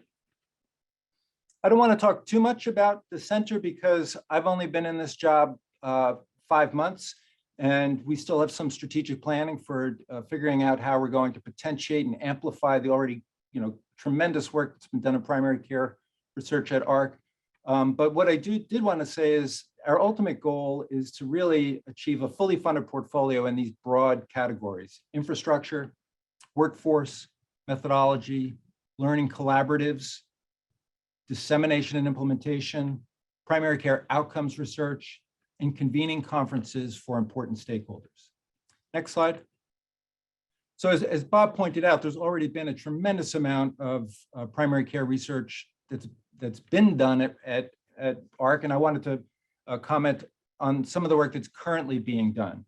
So Bob mentioned within the realm of dissemination and implementation, the Evidence Now initiatives, which are tremendous initiatives, each of which have about 4 to 8 grants addressing important areas where we have evidence, but it's being underutilized. And so these grants essentially expand capacity to do quality improvement and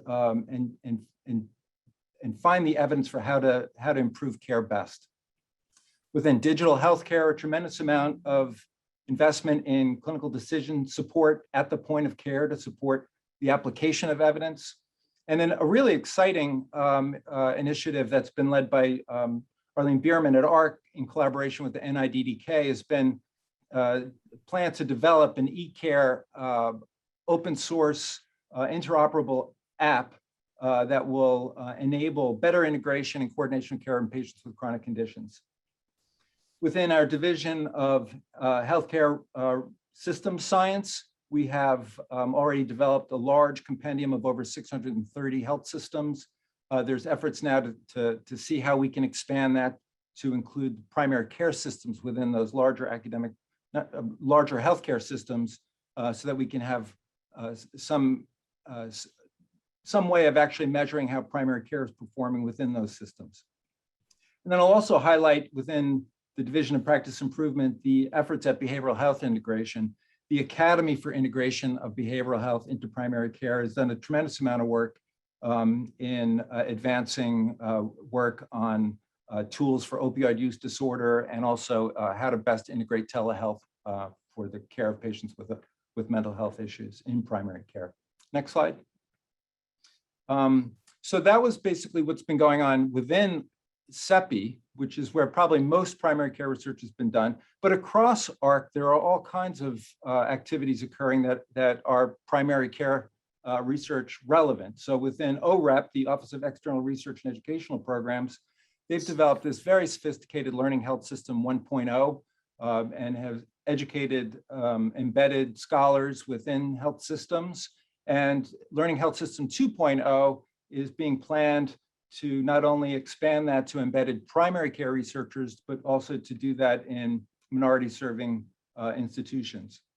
Within our data realm, we have our MEPS, HCUP, and compendium data, and that allows us to do to study primary care delivery to some extent, it's with some limitations.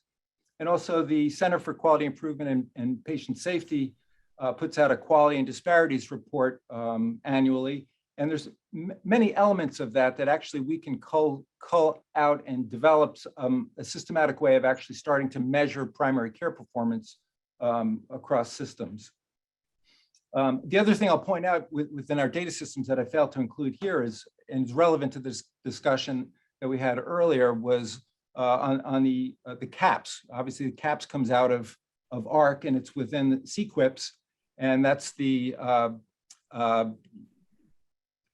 a way of actually capturing the patient experience. So we do have the capacity to capture patient experience, and it sounds like from the NAC, the SNAC, that maybe there's opportunities there for us to expand that.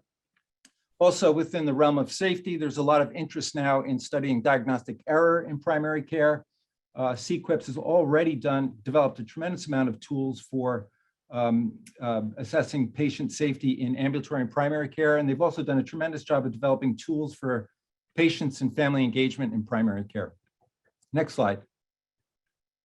So just giving you some more concrete examples along the domains of AHRQ's competencies: research, practice improvement, and analytics. I was just going to comment on or highlight a few. So in research, next slide. We've already mentioned about clinical decision support in primary care. So our division of digital healthcare research has been funded very well with PCOR trust funds to really advance digital healthcare in primary care. There are over 62 grants in the last 5 years in primary care, amounting to almost $70 million, and primarily focused on chronic conditions that are relevant to primary care. Next slide. So the point I'll emphasize here is that about 1 out of 5 AHRQ-funded investigator-initiated grants have actually been for primary care research, even though it doesn't come from a center for primary care research. And these grants either took place in the primary care setting, had a direct impact on primary care delivery, had procedures performed by a primary care provider, or addressed a problem that's commonly encountered in primary care. So even though it's not coming from the center, there's much of what we do at AHRQ is really primary care-based research. Next slide.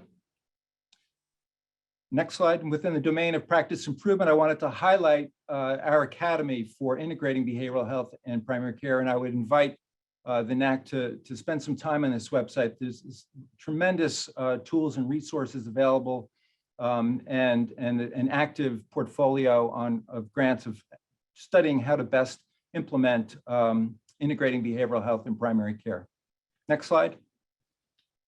And then in terms of data and analytics, next slide, just a couple of examples of what we're doing currently. We've just awarded 3 grants to institutions trying to tackle the problem of measuring social determinants of health and social needs, and how to best incorporate that into primary care. And these grantees will be developing mechanisms by which to capture this data and then to include it in dashboards that would be available to primary care clinicians, and for also doing population health interventions to best address health disparities using this data. Next slide. And then using the HCUPS database, I'll point to the graphic. If you look at the red line there, that's the population age 65 and over, and you can see between 2013 and 2016, a precipitous increase in the inpatient stays for opioid use among the elderly. And using this HCUPS data, we were able to identify this issue and then use that to create an initiative to address this problem. And that resulted in a three-pronged strategy where we first created, not we, but CEPI created an evidence map, developed a quality improvement pilot, and then ultimately granted 3 grantees to develop interventions to study how best to develop best care models for chronic pain and opioid use in older adults. So this is just a sample of the current work that's going on in primary care research. There's a whole lot more we'd like to do, and I'm really looking forward to advancing this mission within the center. But I'll turn it over now to Arlene to talk about what the future is, what we really would love to see happen in the next 10 years. Arlene.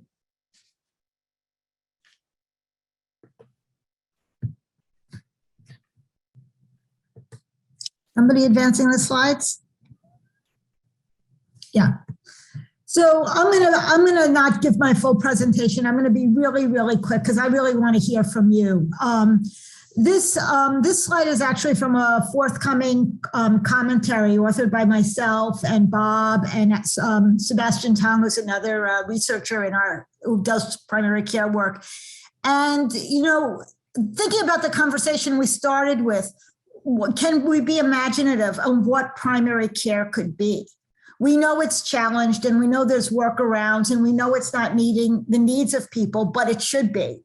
So to think about how could we redesign and actually finance and pay for primary care in a way that it takes its rightful place in the health system? Because I would argue that a lot of the challenges of our current health system are because we have underdeveloped primary care that doesn't work for a lot of people.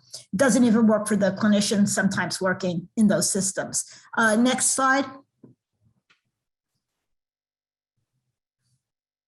So I think, AHRQ's role, the problems of primary care are way beyond what AHRQ could solve. And we're excited that HHS is taking this on and that there's a lot of interest by a lot of other, bodies and organizations in terms of how do we actually advance primary care in this country. But we do think that we really need evidence for what works and what doesn't work for primary care transformation. And we need evidence for how to make it work. And so, I think, and we have a lot of evidence for ways that primary care can be done research can be done differently to provide the needed evidence. But I'm just going to highlight a few things on this slide. That we have a huge body of work that Bob said to build on. But, ideally, primary care practices and networks would be learning healthcare organizations and participate in learning collaboratives and generate the needed evidence to make primary care work and fulfill its promise. We agree that, we have to include everybody in terms of co-producers of care. We can't go in as outside researchers, but really engage patients, families, caregivers, clinicians, and communities in primary care redesign as co-producers of evidence. We also need innovative research designs and methods, the data availability and integration of quality improvement and implementation science to provide the needed evidence. And really, we think that the value of research investments could be increased as evidence synthesis, generation, and implementation are integrally embedded in care delivery, really to generate that practice-based evidence. Next slide. So I'm bringing this up about AHRQ has a big focus on multiple chronic conditions. I've talked to the NAC before about our work in this area, but I think when people think about primary care, they don't realize that that's what people that primary care is also better for more complex, complicated patients who need care coordination, who need a medical home. I'm a general internist and geriatrician. We talk about polydoctorate, where people see multiple specialists and it actually creates harms because they get, fragmentary and often contradictory care. Last fall, we also held a summit on transforming care for people with multiple chronic conditions. And we just published a special issue of Health Services Research that I'd encourage you to look at, including a research agenda on multiple chronic conditions. And, just to think broadly about what is the role of primary care for different types of populations. Next slide. So, we talk about, the medical home, and, maybe we need to rethink exactly what the medical home is, what it does, how it works. But, for people really need a medical neighborhood, and AHRQ is really interested in thinking of ways, how do we link primary care in both ways, to the community, to public health, as well as to, specialists in other sectors. So it really does provide that integrating and coordination function for people who need it. Next slide. Just wanted to make you aware of, some other work that AHRQ is doing. We were requested by Congress to do a study of state level actions to improve the delivery of primary care. And, the study is looking at promoting an understanding of which state actions have helped improve primary care, what conditions and factors positively and negatively affect the results, and provide findings and lessons to inform federal initiatives to improve and expand primary care. And we're expecting this report will be available in the spring. So we've actually had natural experiments in a lot of states who have experimented with payment reform, with providing support to practices, with using digital health. So hopefully we'll have evidence from this that can guide people who want to set policies to really advance primary care. Next slide. So just to think about what is primary care and what are the core attributes that we could think about moving into the future. I think we all know about patient, person and family centeredness, really embedding practices in communities and being responsive to the needs of those communities, but also creating, within the health system, primary care centeredness. I think we've put primary care in a double bind where they're expected to save money when they're underinvested in. And what does it take to get primary care right?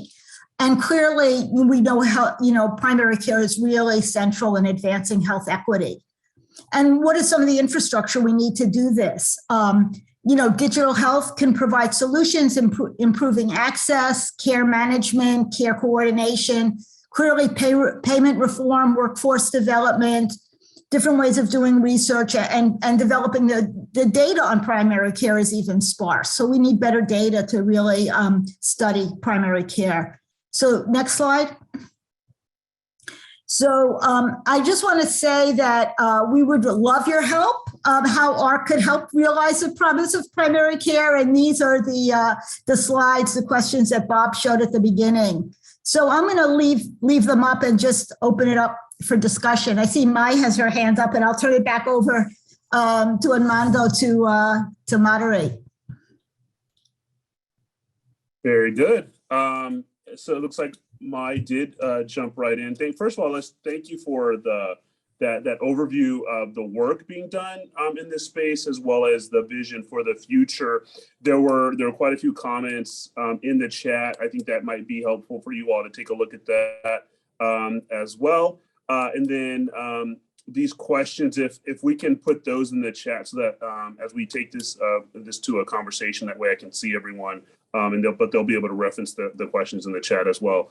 But I do, to your point, Arlene, I did see Mai's hand up first. Sorry, Arlene, I have a long list.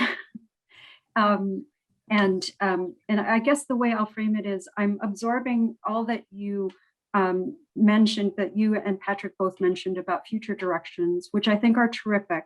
And what I'm hoping to offer is a roadmap to synthesizing some of those. So one theme would be to thinking about what modernized primary care might look like. I think when we want to remember that digital versions of current processes is not modernizing care.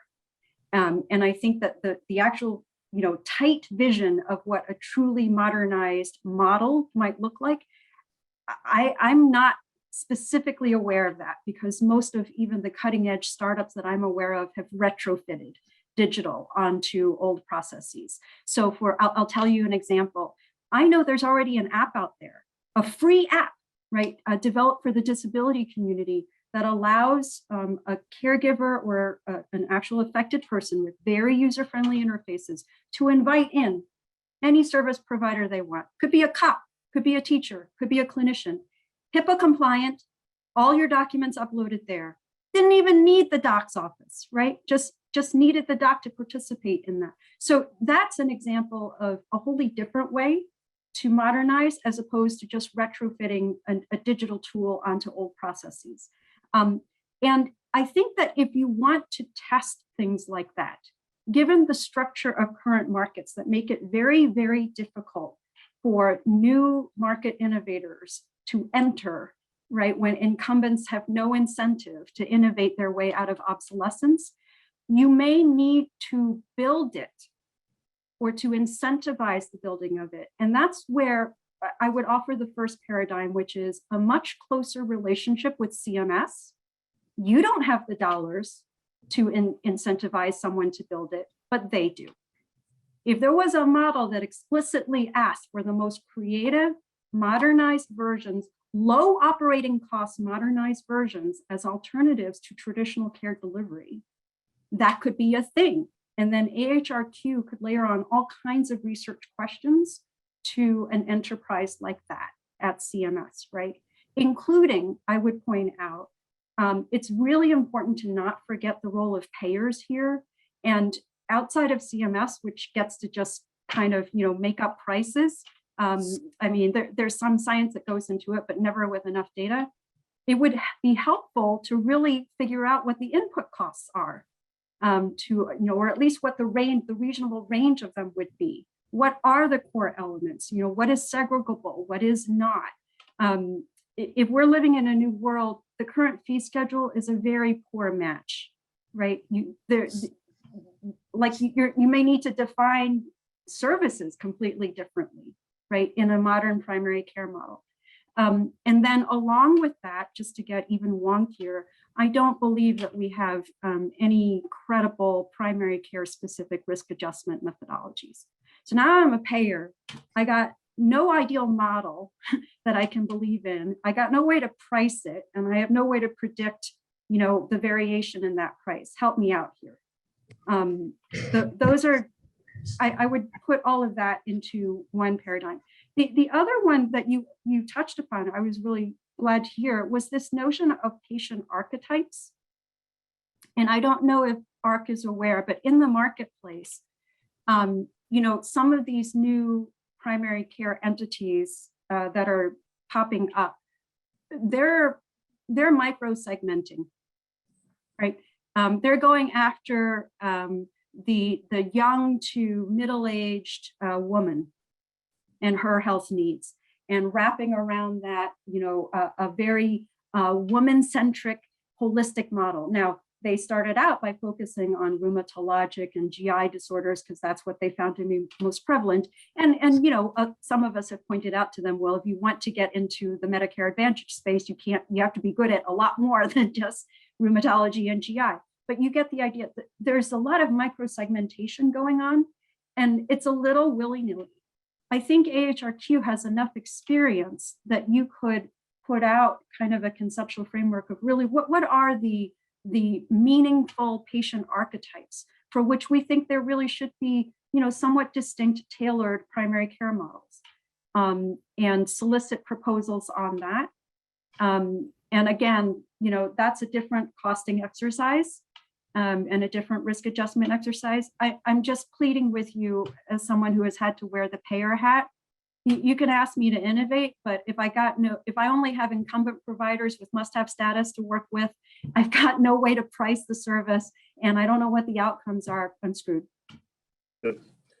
So really good points. I want to follow up on a couple of, all of those are really good points. I want to follow up on a couple of those points before handing it over to Sherry. One is, I can't emphasize enough. Again, I'm gonna, my bias here is I'm the digital guy, but I can't emphasize enough that retrofitting digital on top of old processes does not work.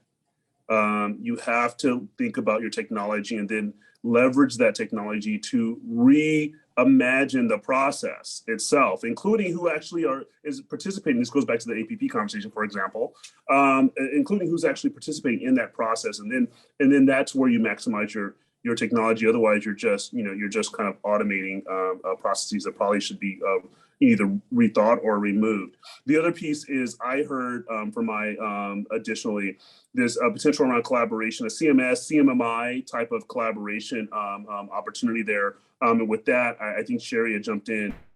So I'll hand it over to Sherry next.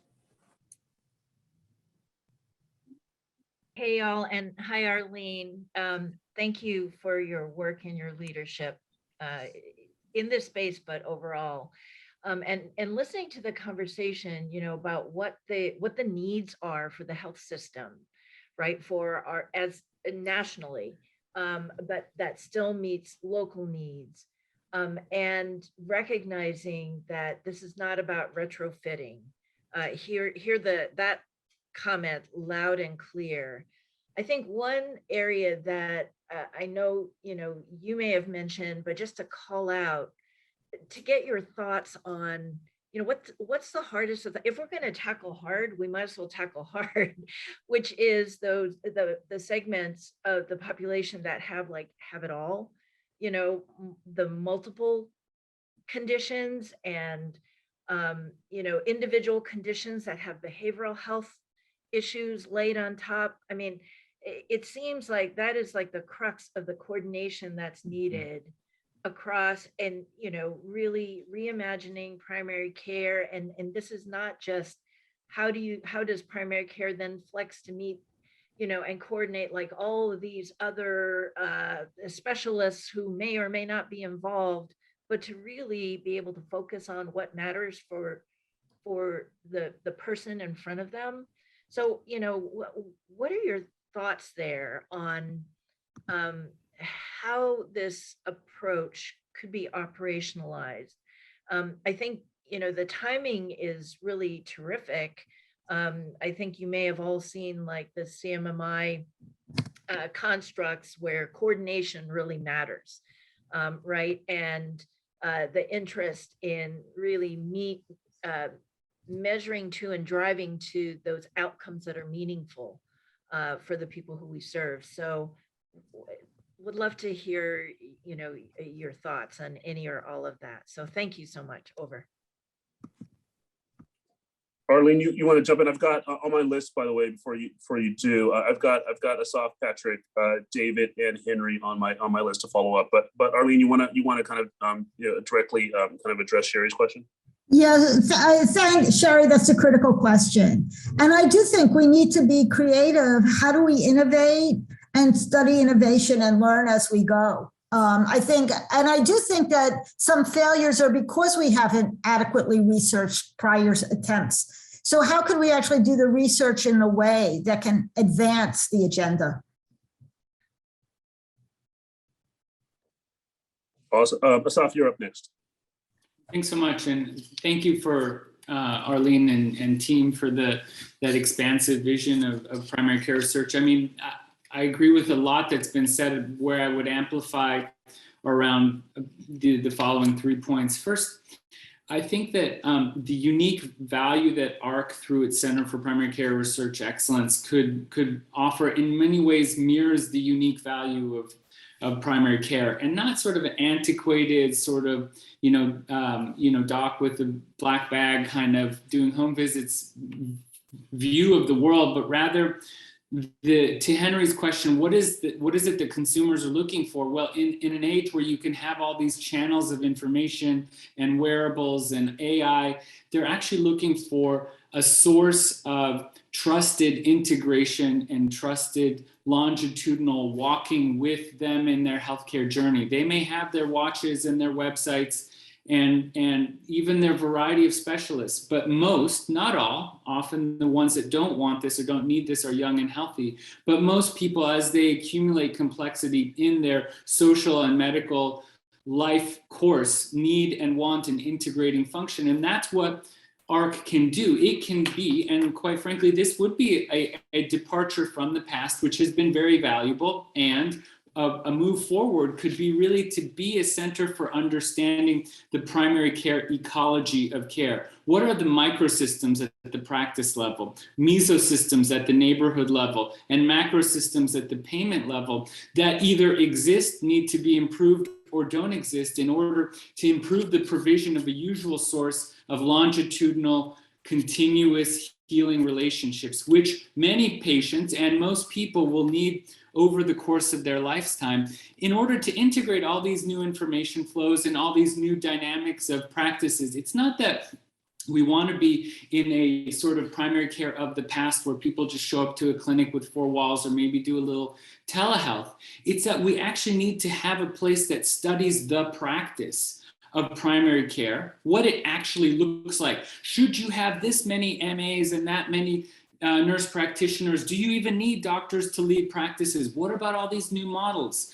New models of devolution, which are taking core functions of primary care like first contact access and consumerizing them, meaning they're made more available through retail clinics because they're not available through old primary care. So patients are smart and families are smart. They'll go where their needs and their functions are met. So this kind of takes with equipoise, not that there is one model, but because we're in America, there are going to be 50 models or 150 models. And we start studying not where the data is available on, the usual multi-specialty groups or academic practices, but actually start studying the private equity acquired practices, this whole world of segmenting practices, the world of DPC. There are no studies that are worth anything about whether direct primary care offers any value or not, or whether it's just a kind of concierge thing or both. We need a place to study that. AHRQ can do that. It needs to do that. And the other thing and I'm so happy to see the state report, is that it needs to study the payment methods that inhibit or create the fiscal space for better, modern, differentiated,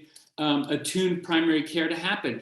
And they're attuned to the fact that 70% of primary care practices are now owned by somebody else, whether that be an ACO or whether that be a multi-specialty group. So the solo owners are dying out, they're aggregating. We need a place to study what the implications and effects of that. And finally, it gets back to this kind of real laser focus on, again, what can AHRQ do? It can study integration and ecology. Where does primary care integrate with the regional, like was said earlier, with the regional geography, with the regional community, with the social networks around a practice to create or not create health, to take care of a defined population, or just be a reactive doc in a box kind of center, and to understand that whether you're in a pandemic or not in a pandemic, the ability, and this we know from immense amounts of evidence across the world and in the US, the ability for a primary care system to be a primary health care system, which means an integrated system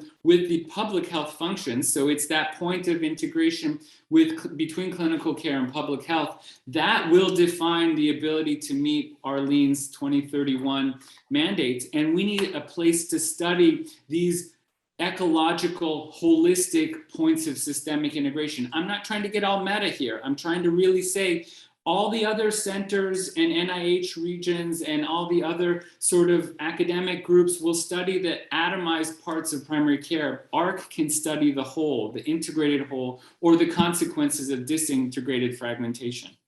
Yeah. No, I think you're appropriately meta on this. So I think there's a really great points and quite a bit of agreement on the chat as well.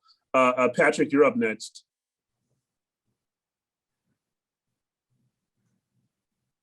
Great.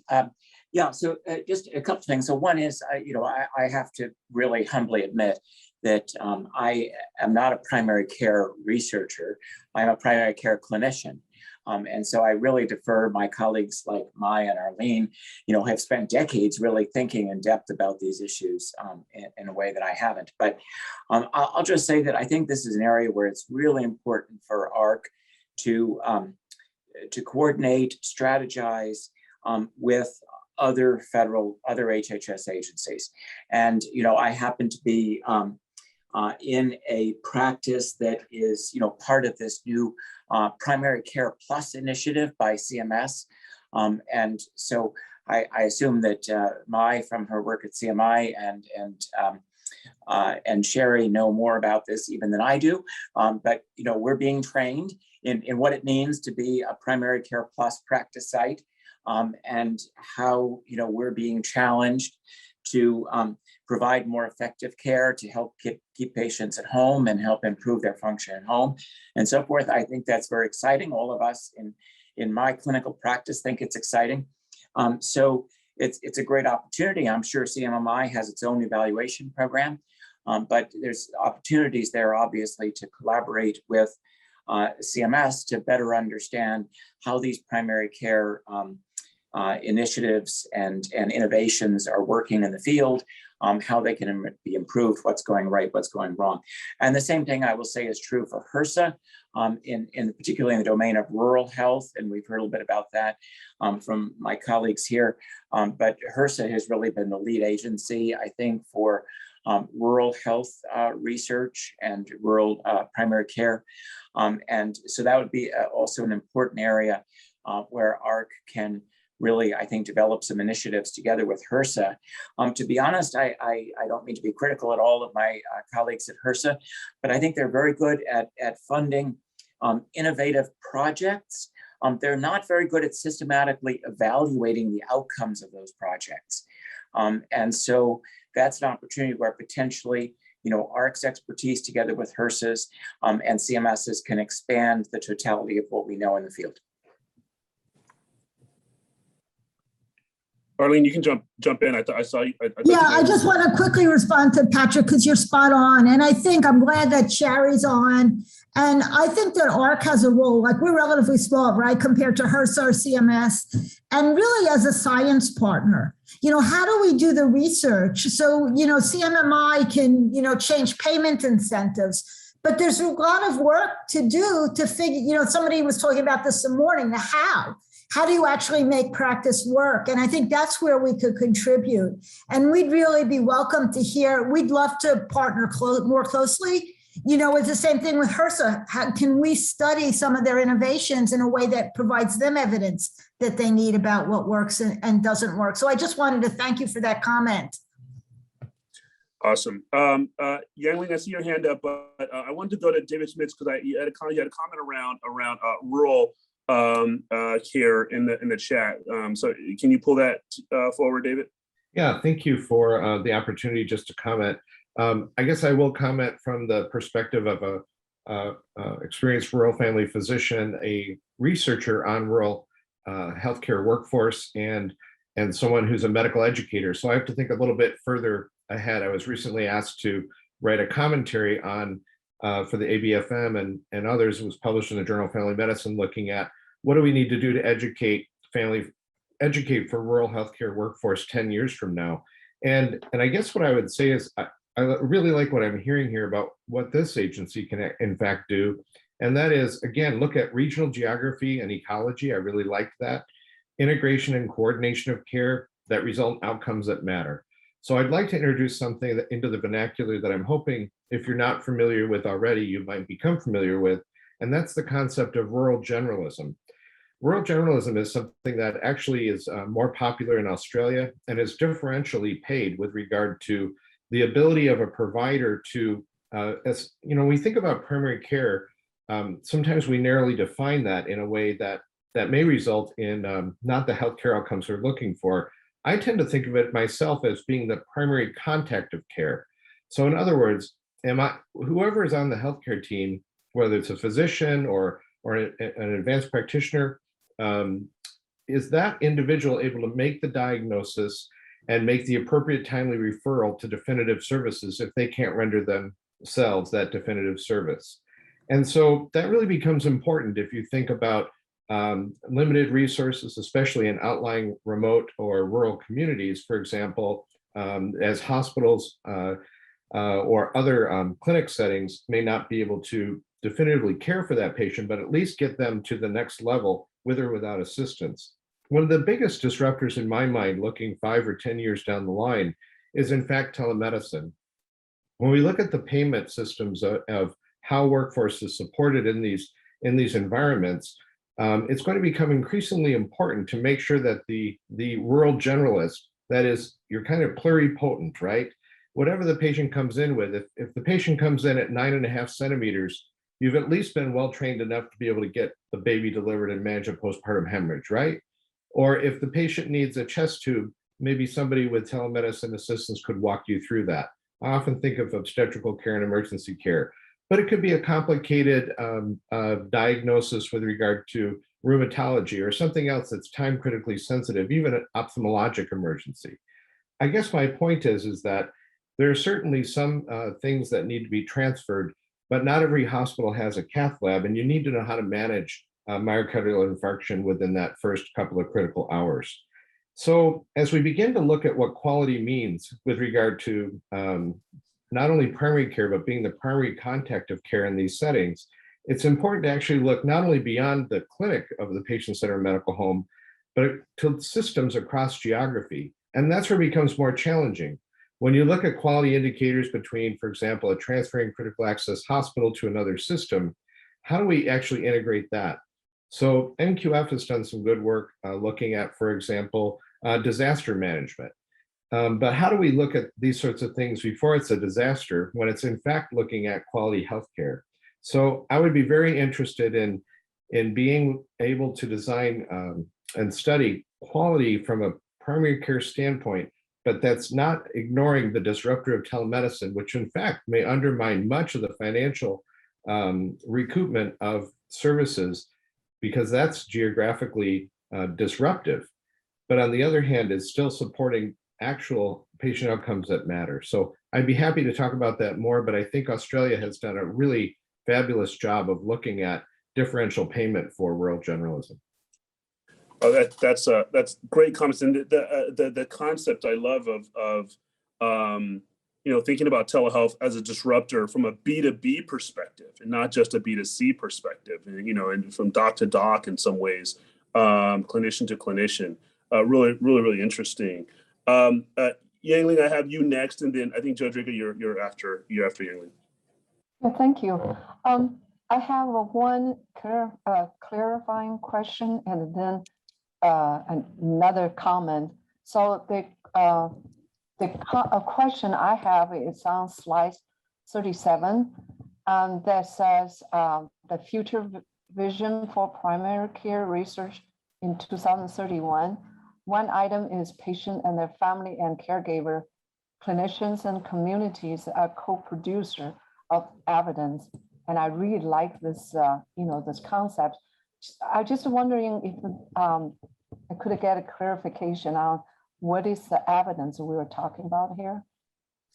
So I think, what we're hearing today from a lot of people is, we can't go in and imagine what we think primary care should be without ignoring the people who are using their services. What are their needs? The people who are providing the care, what will work for them? I think that might explain some of the failures of past attempts to innovation. So I think to start from the users and the people on the ground, what will work, and engage them in redesigning things that we could then test. That's what I mean from co-production of the evidence. Yeah, that really tied to the point we all thought about early, that bring the consumers and, the receiving and the consumers to bring that to the table to see how we design the system, improve the system. Yeah. The second question I have is, I'm speaking from a health consumer's perspective. And I hear it very often, even my own experience, when you go to primary care doctor's office, everything is so fast and turnover is very fast. There is no time really have a lot of discussions. So time is crunched. One time I had a conversation with a primary physician. I mentioned that, how this transition of care, not treating patient as a disease, but a wellness and, as a whole person, but that really require a multidisciplinary, a team care approach, team staff. So I mentioned the team staff training, and the physician said, I don't have time to do that. You know how much a patient I have to say each day? You know, there's this model, healthcare model is basically they're incentivized to see more patients, and that's the incentive. So I just wondering, what anyone have ideas or agency has ideas that how we can make this improve the situation, that primary physicians would really have a time to speak to, you know, patients and then coordinate the care, you know, either where other people on, you know, on the care team. So I think that will be tremendous value to patients, you know, the families in receiving the care. Thanks, Shailene. I think it was, yeah, Georgia, I think you're next up. Thank you so much for the opportunity to comment. I feel like what I was going to say was just wrapped into those last three comments really, really well. But I was really focused on what you said, Arlene, about the patients. We were talking about patient-centered, not medical home or not like within the, you were talking about the neighborhood. I think it was the patient-centered sort of neighborhood kind of concept. And I really like that concept. What I'm finding just from some of the community engaged research that we do, or just the community engagement we do, this community's coming to us. They want new models of care. They want to be leaders and they want to help design it. They want to understand to create these models that they feel like they can trust the healthcare providers, that there's bidirectional communication, that there's data that makes sense to them, that they can help influence the health outcomes. So I really like the idea of thinking about these models. And I know when I was hearing you talk, some of the things that came to mind were like a community-oriented primary care. I mean, that model is sort of, I feel like we're kind of talking about that a little bit. It's sort of an old school model, even with ASAP's comments. And I was trying to read them just really quickly before I made these comments. Those kinds of models, or even like some of the community school models, I think start to get towards at least that community piece and really looking at things more comprehensively. And so I just wanted to highlight that I thought that that was a really important point, really agree with that.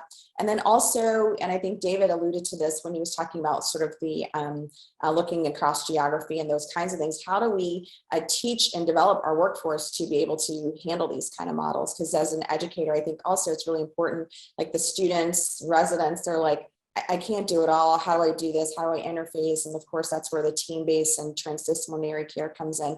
But how do we teach these things, and how do we understand what the best practice is for educating others and developing our workforce around these things? Really, really good point. Yeah, workforce development, servicing that in this discussion, really, really important. I've got Caroline, Chris, and then Andy. Caroline, you're next. Thanks. This has been a really tremendous discussion, and I learned from all of you, so thank you so much. I wanted to bring in a couple of points. One, to echo what Asif said, we need to look at these new types of care as individual functions, but how they fit in the greater whole of overall health of the individual and the community. I think that AHRQ can provide some of the structure and needed evidence, particularly around quality metrics for telehealth, for convenient care services, for some of the models that we see individuals gravitating toward, because it's easier to get care than it is in the traditional brick and mortar primary care, and what that does in long term to preventive services. We've seen what it does to immunizations across the board, especially childhood immunizations during COVID. So looking at what are those targets we nationally should be monitoring and using as quality metrics. And because I'm a med psych doc, I always have cared about integration, and seeing the integration website being highlighted was really important. I can't stress enough what COVID did to alcohol use, and we're now seeing alcohol use disorder in both behavioral and physical health hospitalizations from complications for that. And fortunate or unfortunate, these kinds of conditions typically present in primary care first. And so I think as we rethink the model of primary care, we have to rethink how residents are trained in recognition and dealing with substance use conditions and other behavioral health conditions, whether that is re-implementing and really emphasizing an expert model, a collaborative care model, or other models of care to support our primary care providers. Suicide, individuals who commit suicide are more likely to have been seen in primary care in the 6 months prior to their suicide. It's really a point that we should put emphasis on in supporting our primary care providers. All right, pulling in the behavioral health support component and integration components into primary care, surfacing that importance as well. Chris, you're up. Great, thank you. I'll be brief. One of the things that strikes me as we're talking is a recent contact that I had with my primary care provider, who when I walked in to see her, I love her, I've seen her for years, said, "Oh my gosh, it is so good to see you. I haven't seen you in 2.5 years." And we've had routine visits. And I think we have to be careful not to lose sight of how important the physical connection, the face-to-face connection is to providers as well as to patients. And that leads me to some of the work that I think AHRQ could do, looking at studying the impact of what we're doing in primary care, in particular on provider wellness. We've talked about burnout, and there's been a lot in the chat about burnout, but wellness and recruitment, because I'm at Georgetown, we see medical students who do not want to go into primary care because they see and they hear and they know what their colleagues are going through. So I think the future of the workforce has to take into consideration that comprehensive acknowledgement that first and foremost, we are humans, and that notion of the importance of contact and what that looks like and feels like can't be, I'm going to say, set aside just because technology can give us all the data that we need to diagnose or to treat. The last thing I would say is, thanks to AHRQ, we do have, you mentioned Team Steps, but we do have a Team Steps course that will be available probably by the end of the year, maybe January. It's going through review right now. That's focused on team-based team steps for improving diagnosis. And it really does focus on the role of all caregivers and that human-to-human connection and communication. So just wanted to put that in there, but can't lose the human touch. Humans first, yes, Chris, and for the appreciate that. And for the team, Arlene and your team, there's really rich discussion in the chat. So I hope you guys are able to capture that. Andy, you're up. So I'm a little worried that the research agenda, Arlene, is more us delivering a service outward than where the puck is going, which is where the consumers are looking for us to deliver something to them on their own terms.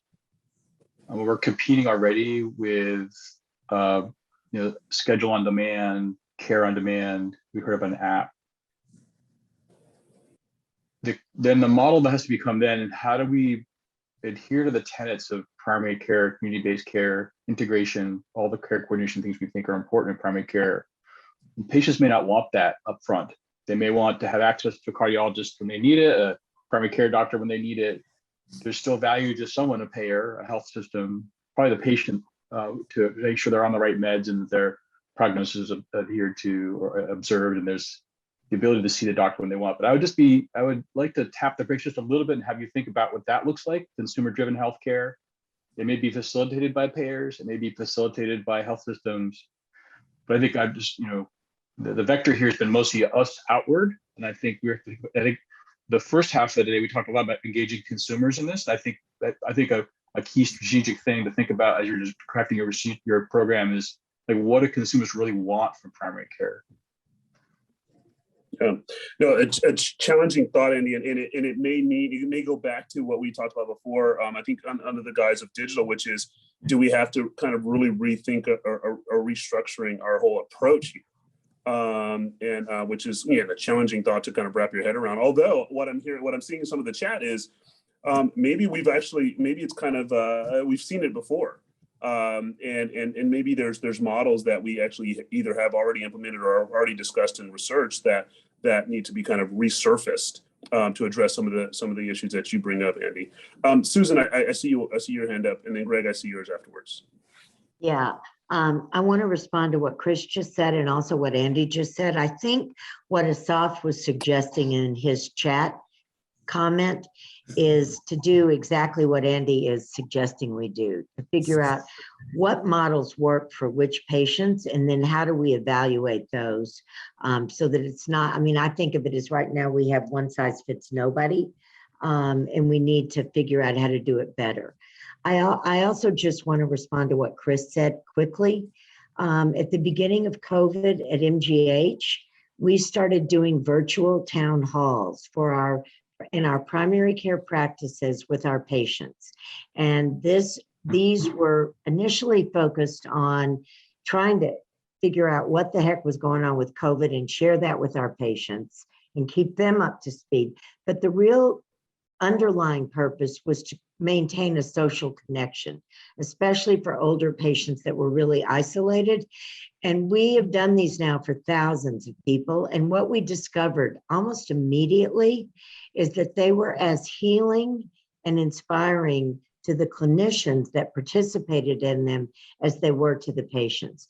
Just seeing their patients and knowing, well, you know, Susan kind of looks okay, that's good.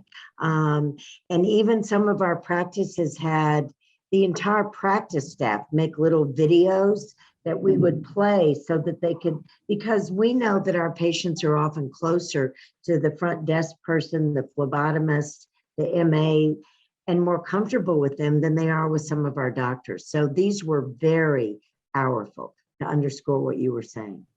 Awesome. Yeah.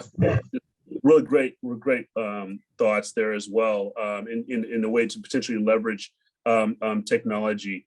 But Greg, before I get to you, I want to pull. I'm going to put Henry on the spot because Henry, you had some comments in the chat, and it kind of connects in with some of the ability to leverage technology that Susan was just talking about. So Henry, you want to kind of pull some of those comments into this discussion that you had put in the chat? Sure. Thank you, Mando. I think if you're thinking about 2030, not 2022, if you're thinking about 2030 and what the future of primary care holds, I think if nothing else, the pandemic has really solidified and amplified consumerism and workplace agility for our healthcare workers. I fully agree. Telehealth is not the replacement for everything, and neither is digital care. But in 2019 and 2020, how many primary care maintenance well visits did we have when all of it shifted to telehealth? And I think the consumer-driven healthcare is going to happen, whether we're on board or not. It's going to be driven by transparency of outcomes and prices, convenience for our consumers, and speed, when they want, what they want, where they want. And I think consumers are going to be managing their own personalized health data, some of it from wearables, some of it from the health records, which they have access to.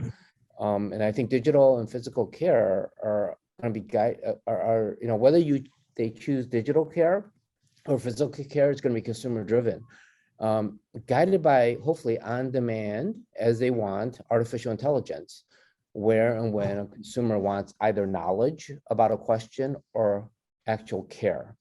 I mean, you think about what Alexa could do if they hear your child coughing and can respond immediately and say, do you want Robitussin, Tylenol, or do you want to see your pediatrician?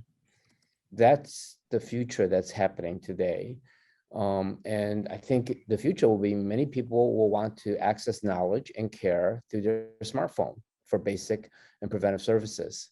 I mean, personally, I for one, I'm not sure I need to see my primary care physician and then schedule preventive services. If I know what those are, I can schedule them, and I only just need to see someone if I have an abnormal test result.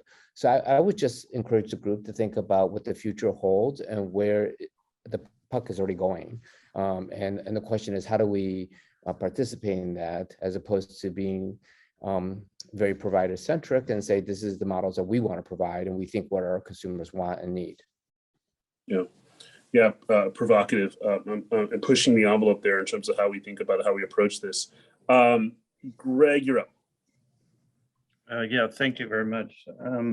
So I want to just comment on one of Yang Ling's comments about telehealth is not really appropriate for certain medical conditions. So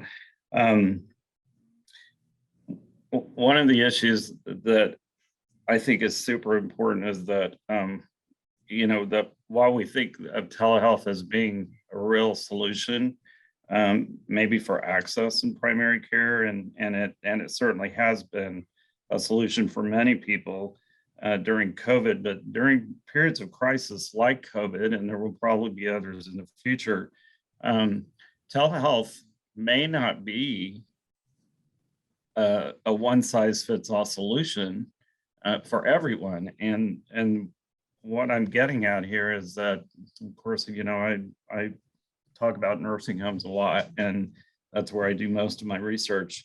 When we implemented and studied telehealth implementation in nursing homes across the nation, 42% of people in nursing homes have dementia.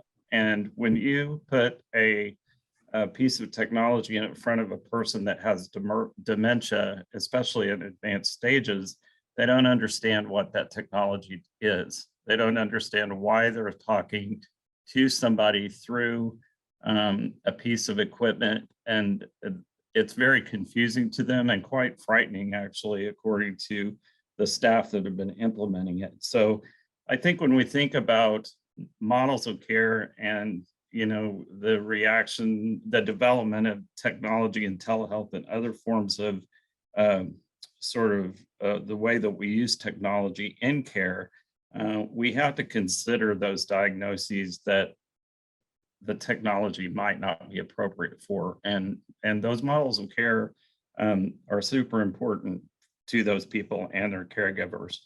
So just. Thanks, Greg. I think given our time, I think Mireille, I think you're going to be the last comment here, and I'll hand it back over to Arlene after that. I'll just make a really quick comment, which is I think it's interesting to kind of link the conversation we had earlier this morning with this one. And the reason I'm thinking about that is I think about a lot of the wellness visits that get done, at least that I've studied, are done precisely to kind of meet the metrics and kind of check the boxes for quality metrics.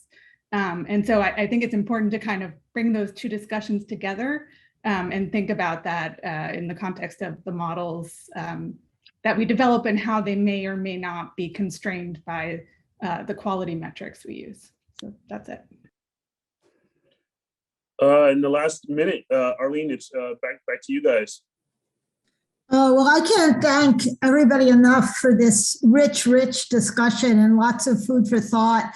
I just want to mention several years ago, when I was first started at AHRQ, we did a session for the NAC on primary care, and we welcome your ongoing input. And I think a lot of the successful initiatives we have had since then were really based on the insights and input we got from the NAC back then. So, we're going to there's a lot to digest here. We're going to think about it. I also, we were thrilled that, in the president's budget, there was $10 million for primary care. We've never had a dedicated line item for primary care research, so we make it cross-cutting in our work. I think having dedicated funding would enable us to really build on some of the, a research agenda around a lot of the suggestions here today. We don't know if we're going to get it when the final budget comes out, so we're keeping our fingers crossed that we're able to do that and really build upon all of these great ideas. So thanks so much. Awesome. Thank you all. Really great presentation and overview, rich discussion, as you mentioned, as well. I think at this point, we're going to shift over to public comment. And if I got my note correct, I think we have one public comment, and it is from Joanne Locke with the Academic Medical Center PSO, I believe. Thank you. Good afternoon. My name is Joanne Locke. I'm the Senior Program Director of the Academic Medical Center Patient Safety Organization. Today, I'm pleased to tell you about a national SAFE table we convened on detecting and reporting safety risks in virtual care. The National SAFE Table was co-hosted by AMC PSO and the Alliance for Quality Improvement and Patient Safety. It convened 27 PSOs across the country. This National Safe Table brought PSO collaboration to a new level and demonstrated the power of the Patient Safety Act to support a national learning system where PSOs can harness their combined knowledge, expertise, and resources to improve quality and patient safety with significantly more impact than one PSO can accomplish alone. This National Safe Table was a pilot and the first of a two-part convening. A pre-convening survey was completed to understand top concerns among providers and patients about emerging and existing safety risks associated with virtual care. 3 national patient safety leaders shared their subject matter expertise at the Safe Table, and patient and family representatives also participated. The group produced a patient safety alert summarizing the shared learnings and next steps to be published at the end of this month. Prior to the Safe Table, only a few PSOs had developed formal safety reporting to identify virtual care as a root cause or contributing factor of adverse outcomes. Through shared deliberation and analysis, the Safe Table recommended steps to begin the development of effective reporting systems to identify safety events related to virtual care. During RCAs and case reviews, ask whether virtual care was a root cause or contributing factor. Where possible, employ natural language processing in existing safety report analysis to identify key terms associated with virtual care. Review patient satisfaction and provider feedback to better understand patient concerns about virtual care, and focus on post-virtual visit processes to assess existing and emerging vulnerabilities, especially related to diagnostic evaluations. The group has agreed to reconvene in 6 months when PSO members will share their progress in tracking virtual care safety events and collaborate on the development of consensus-based recommendations for effective virtual care safety reporting. This was the first in what we hope will be regular national safe tables. Thank you again for the opportunity to provide public comment and for your dedication to improving patient safety. Thank you very much.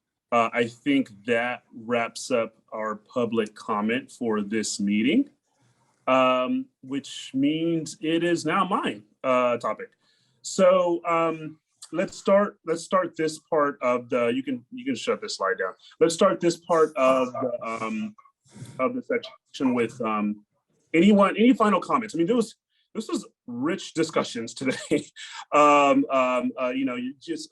don't know about you guys, but I want to have a ton of notes and my head's swirling. There's a lot going on, a ton of good commentary, just great insight. I don't envy the AHRQ staff in trying to just ingest all of this information and really kind of turn it into kind of next steps and kind of formal recommendations. But that's what they asked us to do, so that's what we did. And so I appreciate everyone leaning in on that. But I just really, at this point, it's wide open. Anyone just any kind of final comments of any sort you want to bring in here? We do have a couple minutes for that. Go ahead, Mai. Chairman? Yeah, yes. Hold on, Ram. I'm going to go to you, Mai first, then I'll go to Ram. Oh, again, Chairman, thank you very much. I really want to take this opportunity to thank you and other panel members and also the staff, because this is my last meeting of the advisory board. I want to let you know that I really learned a lot and enjoyed it, the discussions. Thank you for this opportunity. Thank you for your service on the board on the council as well, including writing blog posts and all of your insight and all that. That's been really fun. So thank you. Mai, you're up. Armando, I realize that what I'm about to say may sound contradictory to a previous comment I made. It may in fact be contradictory, where I talked about microsegmentation. I had a recent insight, because I know some of you have heard me say with my current Institute for Exceptional Care hat on that I really believe that if we build a system for the most vulnerable, we will have automatically built the muscle memory for person-centered, more sustainable, more holistic care. I really believe that.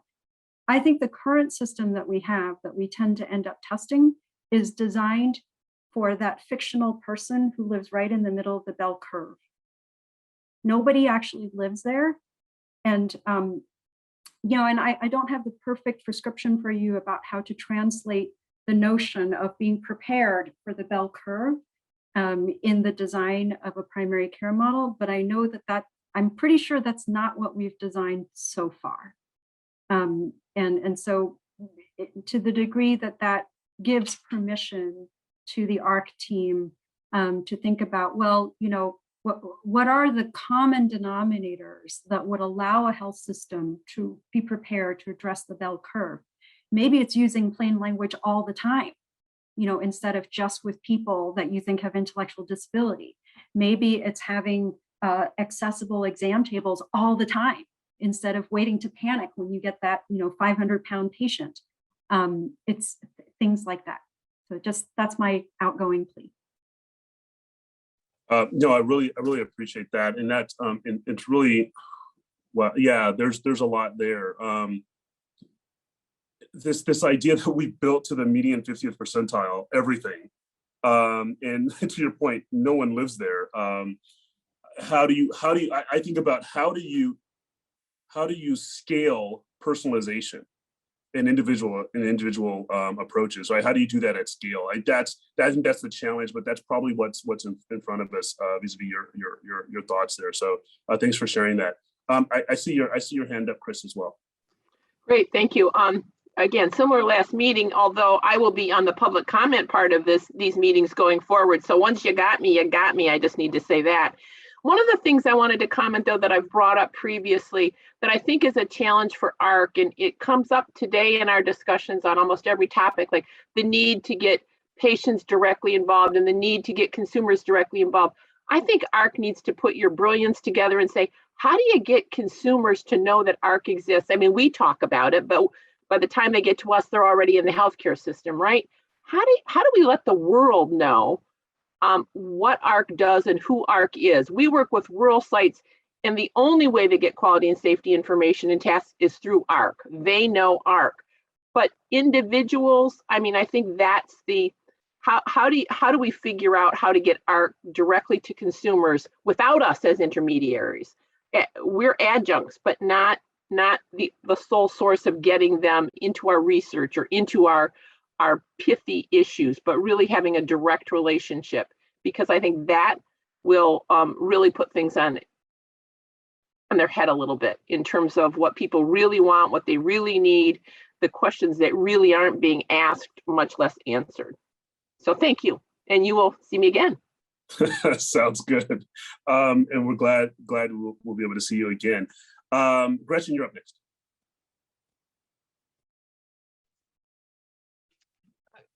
I thought you were going to Susan. So I will say that to Chris's comment just now, one of the ways to let the consumers know that AHRQ exists is to go in through the MEPS door, which has the cost information. And I don't think we're leveraging that nearly enough, but that could be a very easy way to get in there. My last comments have to do with the push-pull that we had today. I think we had a push-pull between the consumer and the provider needs, between consumer input and provider expertise. And that push-pull really is a both and kind of situation that we need to recognize, whether it's consumer and providers, or we talked a lot about the human touch and face-to-face, along with the technology and the virtual world. So how do we figure that out? And so I think in that sense, it's very satisfying to be in this discussion because we've covered that whole continuum, the whole gamut. And one of the other continuums was the micro level versus meso versus macro that Asaf highlighted for us. Again, I think we're covering that whole ground, and to me, it's very encouraging. And then last, I'd say this is my last meeting too. Thank you, everybody. It's been fun to be a part of this. And I thought today's discussion was really very rich. Thank you, Gretchen. And in your comments have always been very, very thought-provoking, provocative at times, but very much, I think, taken in that spirit by us and by the team at AHRQ. Susan, you're up. Hey, thank you. I have to say, I think that Chris and Gretchen and I are telepathically connected, because what I want to raise that I think is also another research area for the primary care work is what happens when you actually co-design practices and care with patients and families. I think that what Mai said, I totally agree with. If we design for our most vulnerable patients, we'll get it right for almost everyone. And we were fortunate in Massachusetts that when we passed our universal insurance law in 2008, that also mandated that every hospital had to create patient family advisory councils. So it is now very routine that no matter what we're planning or thinking about, we involve our patients and families in the design, the review of materials, the design of new services, et cetera. And it's hard to identify a lot of really good research, and it's a hard area to research. But what I think is first of all, we get it right. We don't do things that people don't want or need. We end up doing things that are much more simple than what we, if left to our own devices, would have created. And we save a ton of money in doing this. So one quick example is years ago, we thought it would be a good idea as part of creating better care for people with diabetes to build insulin induction centers in the region that we serve. And fortunately, we took it to patients who were on insulin or who at least had diabetes. And they were like, you're crazy. There is no way we would ever go someplace like that in lieu of our primary care practices where we know the staff, we trust them, they know us. We would have spent millions of dollars. And the other thing we learned in that, oh, by the way, is the people who were on insulin said, why do you always threaten us with insulin? Insulin was one of the best things that ever happened to me with my diabetes.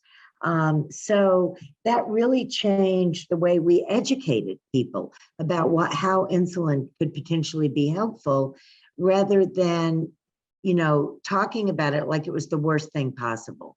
So I just think that if in the work that you're doing on primary care research, it would be a real contribution to also look at what happens when you co-produce care and co-design it in partnership with patients and families. And there is a lot of work going on doing this in the UK and in other parts of the world, as well as across the US. Yeah, co-design, co-production. Outstanding. Yeah. I have one more ask of the team here, which is to any suggested topics for future meetings. Primary care was a suggested topic from previous. Obviously, we rolled up the snack. Any other topics that Jamie, David, and team want to capture?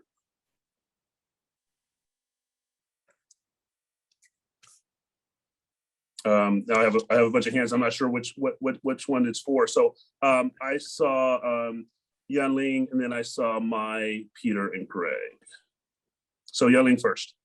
Yeah, okay. I just want to follow up on Christian and Susan's comments. I from my community of a patient advocacy group and network, I think lots of people do know AHRQ and work, in particularly those tools and how to be safe and medication safety, how to communicate with your providers. And we took those fact sheets recommendation actually to the public workshop. We passed them out to patients and families who came to our workshop, and they are delighted. They took a copy home, and this is one way they got to know that AHRQ created great resources for patients and families. Another thing I think, I think in the past, what's her name? The director of AHRQ, Dr. Carolyn Clancy. Clancy, yeah. She quite often write a blog that specifically address to consumers about what the patient safety issues.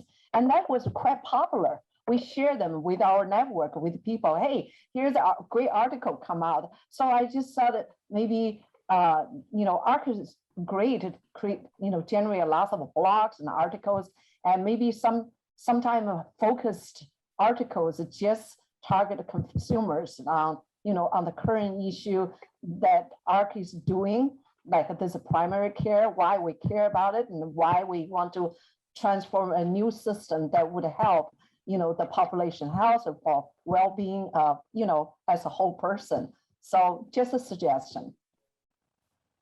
Thanks for that suggestion, Young. Mai, you're up. I know what. I suspect that this may be being addressed elsewhere in AHRQ, so I apologize if it is. But I do think that, while everyone has COVID fatigue, I think there's still a lot we don't really understand yet or know how to anticipate about what the recovery from COVID is going to look like in the health system, how all the ways that it's going to change in a longer term fashion, how we do things. Like, for example, in the disability world, will COVID be the final nail in the coffin for congregant living, right? In 5 years, will we think of congregant living the way we now think of institutionalizing people with mental illness? There are just a number of issues around recovery from COVID, even if not the pandemic itself, that I wonder if AHRQ might explore if you're not already doing that elsewhere. Yeah, longer term structural and process changes related to that. Great. And then there's a couple other topics as well in the chat that I think the team is going to capture, including a topic around ACO, the future of ACOs. Peter, you're up. Yeah, I was just going to add to the list. I know we've talked about it quite a bit, but I do think that it's worth at some future meeting spending more time on the whole area of how increasingly we need to understand how we implement algorithms, AI-driven solutions in care, and the science around not so much basically the science that others aren't doing, right? Which is really, I think, an AHRQ sweet spot. How do we actually transform care using these kinds of, for lack of a better word, AI-driven approaches, algorithms, and then how do we go about establishing best practices for their adoption, their monitoring, their use, and then the tracking of their impacts on healthcare. I think there's an enormous research agenda there that has really not been scratched in terms of what it is we need to be doing. So I would just advocate for a topic in that area. Sounds good, and I think again would be another rich discussion. And apologies to the team. I keep popping off video because I'm trying to preserve the last of my battery before my device dies. But I think it'll hold. Greg, you're up. Thanks. I just put it in the chat, but I think that it would be a great idea to consider specific issues of social determinants of health, like transportation, and how we could build better systems related to transportation and access to care. And that's just one example. There are others, but I think that we could do a better job of targeting specific social determinants of health in AHRQ research. Yeah. Great. So I don't think, Jamie, you're going to be short on topics to discuss in this next go around. Looks like we had quite a few. So just kind of to close things out a little bit here with my thoughts. There was a really rich discussion around quality measurement and as well as primary care. Both, and spent quite a bit of time and really kind of dug deep on both of those topics. And just again, for as you know, kind of a little bit of housekeeping, just know that any few more comments, whether they're just kind of general comments or thoughts about agenda topics, you can go ahead and send to David and or Jamie by email, and they'll capture that as well. So my thoughts as we close out. One, thanks for humoring me actually with the opening intros around your first car. I just love that, I just love the passion that people have and just remembering, what that was. It just, you immediately got to go back to that time and what was it for you, and just, it just generates that. And again, you're humoring me because I'm a car guy, so I just love everyone's like attachments to their car, whether they're multicolored or convertibles that you're not supposed to drop the top on, or holes in the floor and you can see the street as you're driving by. Like, I just love that. So thanks for humoring me on that. But it also, I think, had another purpose, which again, which is challenging when you're in this virtual setting, and the group that's on, the group that's staying on, hopefully we'll get a chance to meet in person. But one of the things we do, for those who don't know, is we used to have that dinner before, right, the night before. And so, there's an opportunity to really connect as human beings. Someone mentioned this earlier today about, around primary care, about this idea of this physical proximity and the ability to just connect as human beings. And I think that's important for this group as well, as we tackle these really tough topics and engage. So, I thought, let's throw a topic in there that gets us to connect in that way a little bit. Again, as challenging as it is to do in a virtual setting. So again, thank you for humoring me on that. I'll close my chairmanship here with what, just how impressed I am by a few things, several things actually. So one, and the reason why I came onto the NAC in the first place is just being impressed by the mission of AHRQ, and then ultimately was reflected by the talent and the dedication of the staff. And so that I just am continually impressed by that, and really appreciate all that work, all that time, all that energy, all that passion that goes into that. But additionally, the members of the NAC, the experience, the perspectives, the diversity of those perspectives and experiences, and the passion to bring all that to bear on that same mission is also really impressive for me. And I really do enjoy that, these conversations, this engagement, the willingness to lean in really, and share that knowledge. You all were prepared, as always. You were engaged, every single person. And that adds to the richness, and it just, the time flies when you're really having those kind of discussions, deep, hard, challenging topics, uncomfortable, as David says, but wow, you guys really jump in both feet and move it forward. And we'll iterate back and forth with the staff of AHRQ around moving these things forward. We're not going to, as one of the things I have, we're not going to just admire the problem. Right, we're actually going to go in and tackle that problem, and we're going to see, and we're going to have some accountability around progress being made towards tackling some of these challenging problems that are there. So I think my takeaway here, in addition to the fabulous cars that you guys talked about, is just how impressed and how really blessed I feel to have been able to engage around. With you all around these, again, really important and really challenging topics. So I think that I'll close out with that. Again, just a big thanks to the AHRQ staff and team and leadership, as well as to all the NAC members and the Exofficio members that show up, and the public that I saw. There's 100 and something people on this call as well. So all of that, just really big thanks. So thank you all. I think I'm supposed to hand over. Jamie just tells me what to do. Really, that's how this meeting goes, if you didn't notice. So I'm going to hand it over to Jamie at this point. No, I just wanted to say, I think David did a great job at the very beginning of this, but we wanted to just say thank you so much to all of you for your service, especially those who are rotating off.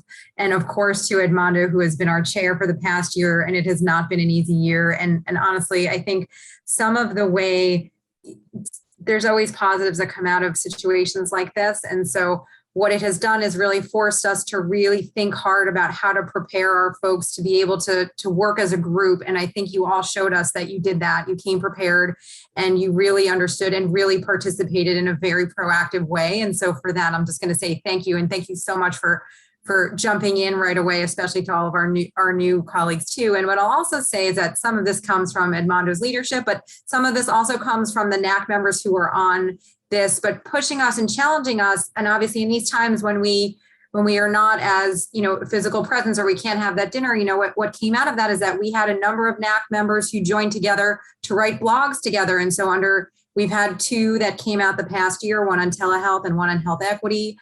We've had subcommittees that folks have participated with. And so we'll just challenge you to keep those ideas coming for us so we can help make this group better and get better ideas for AHRQ so we can make sure our work continues to be impactful.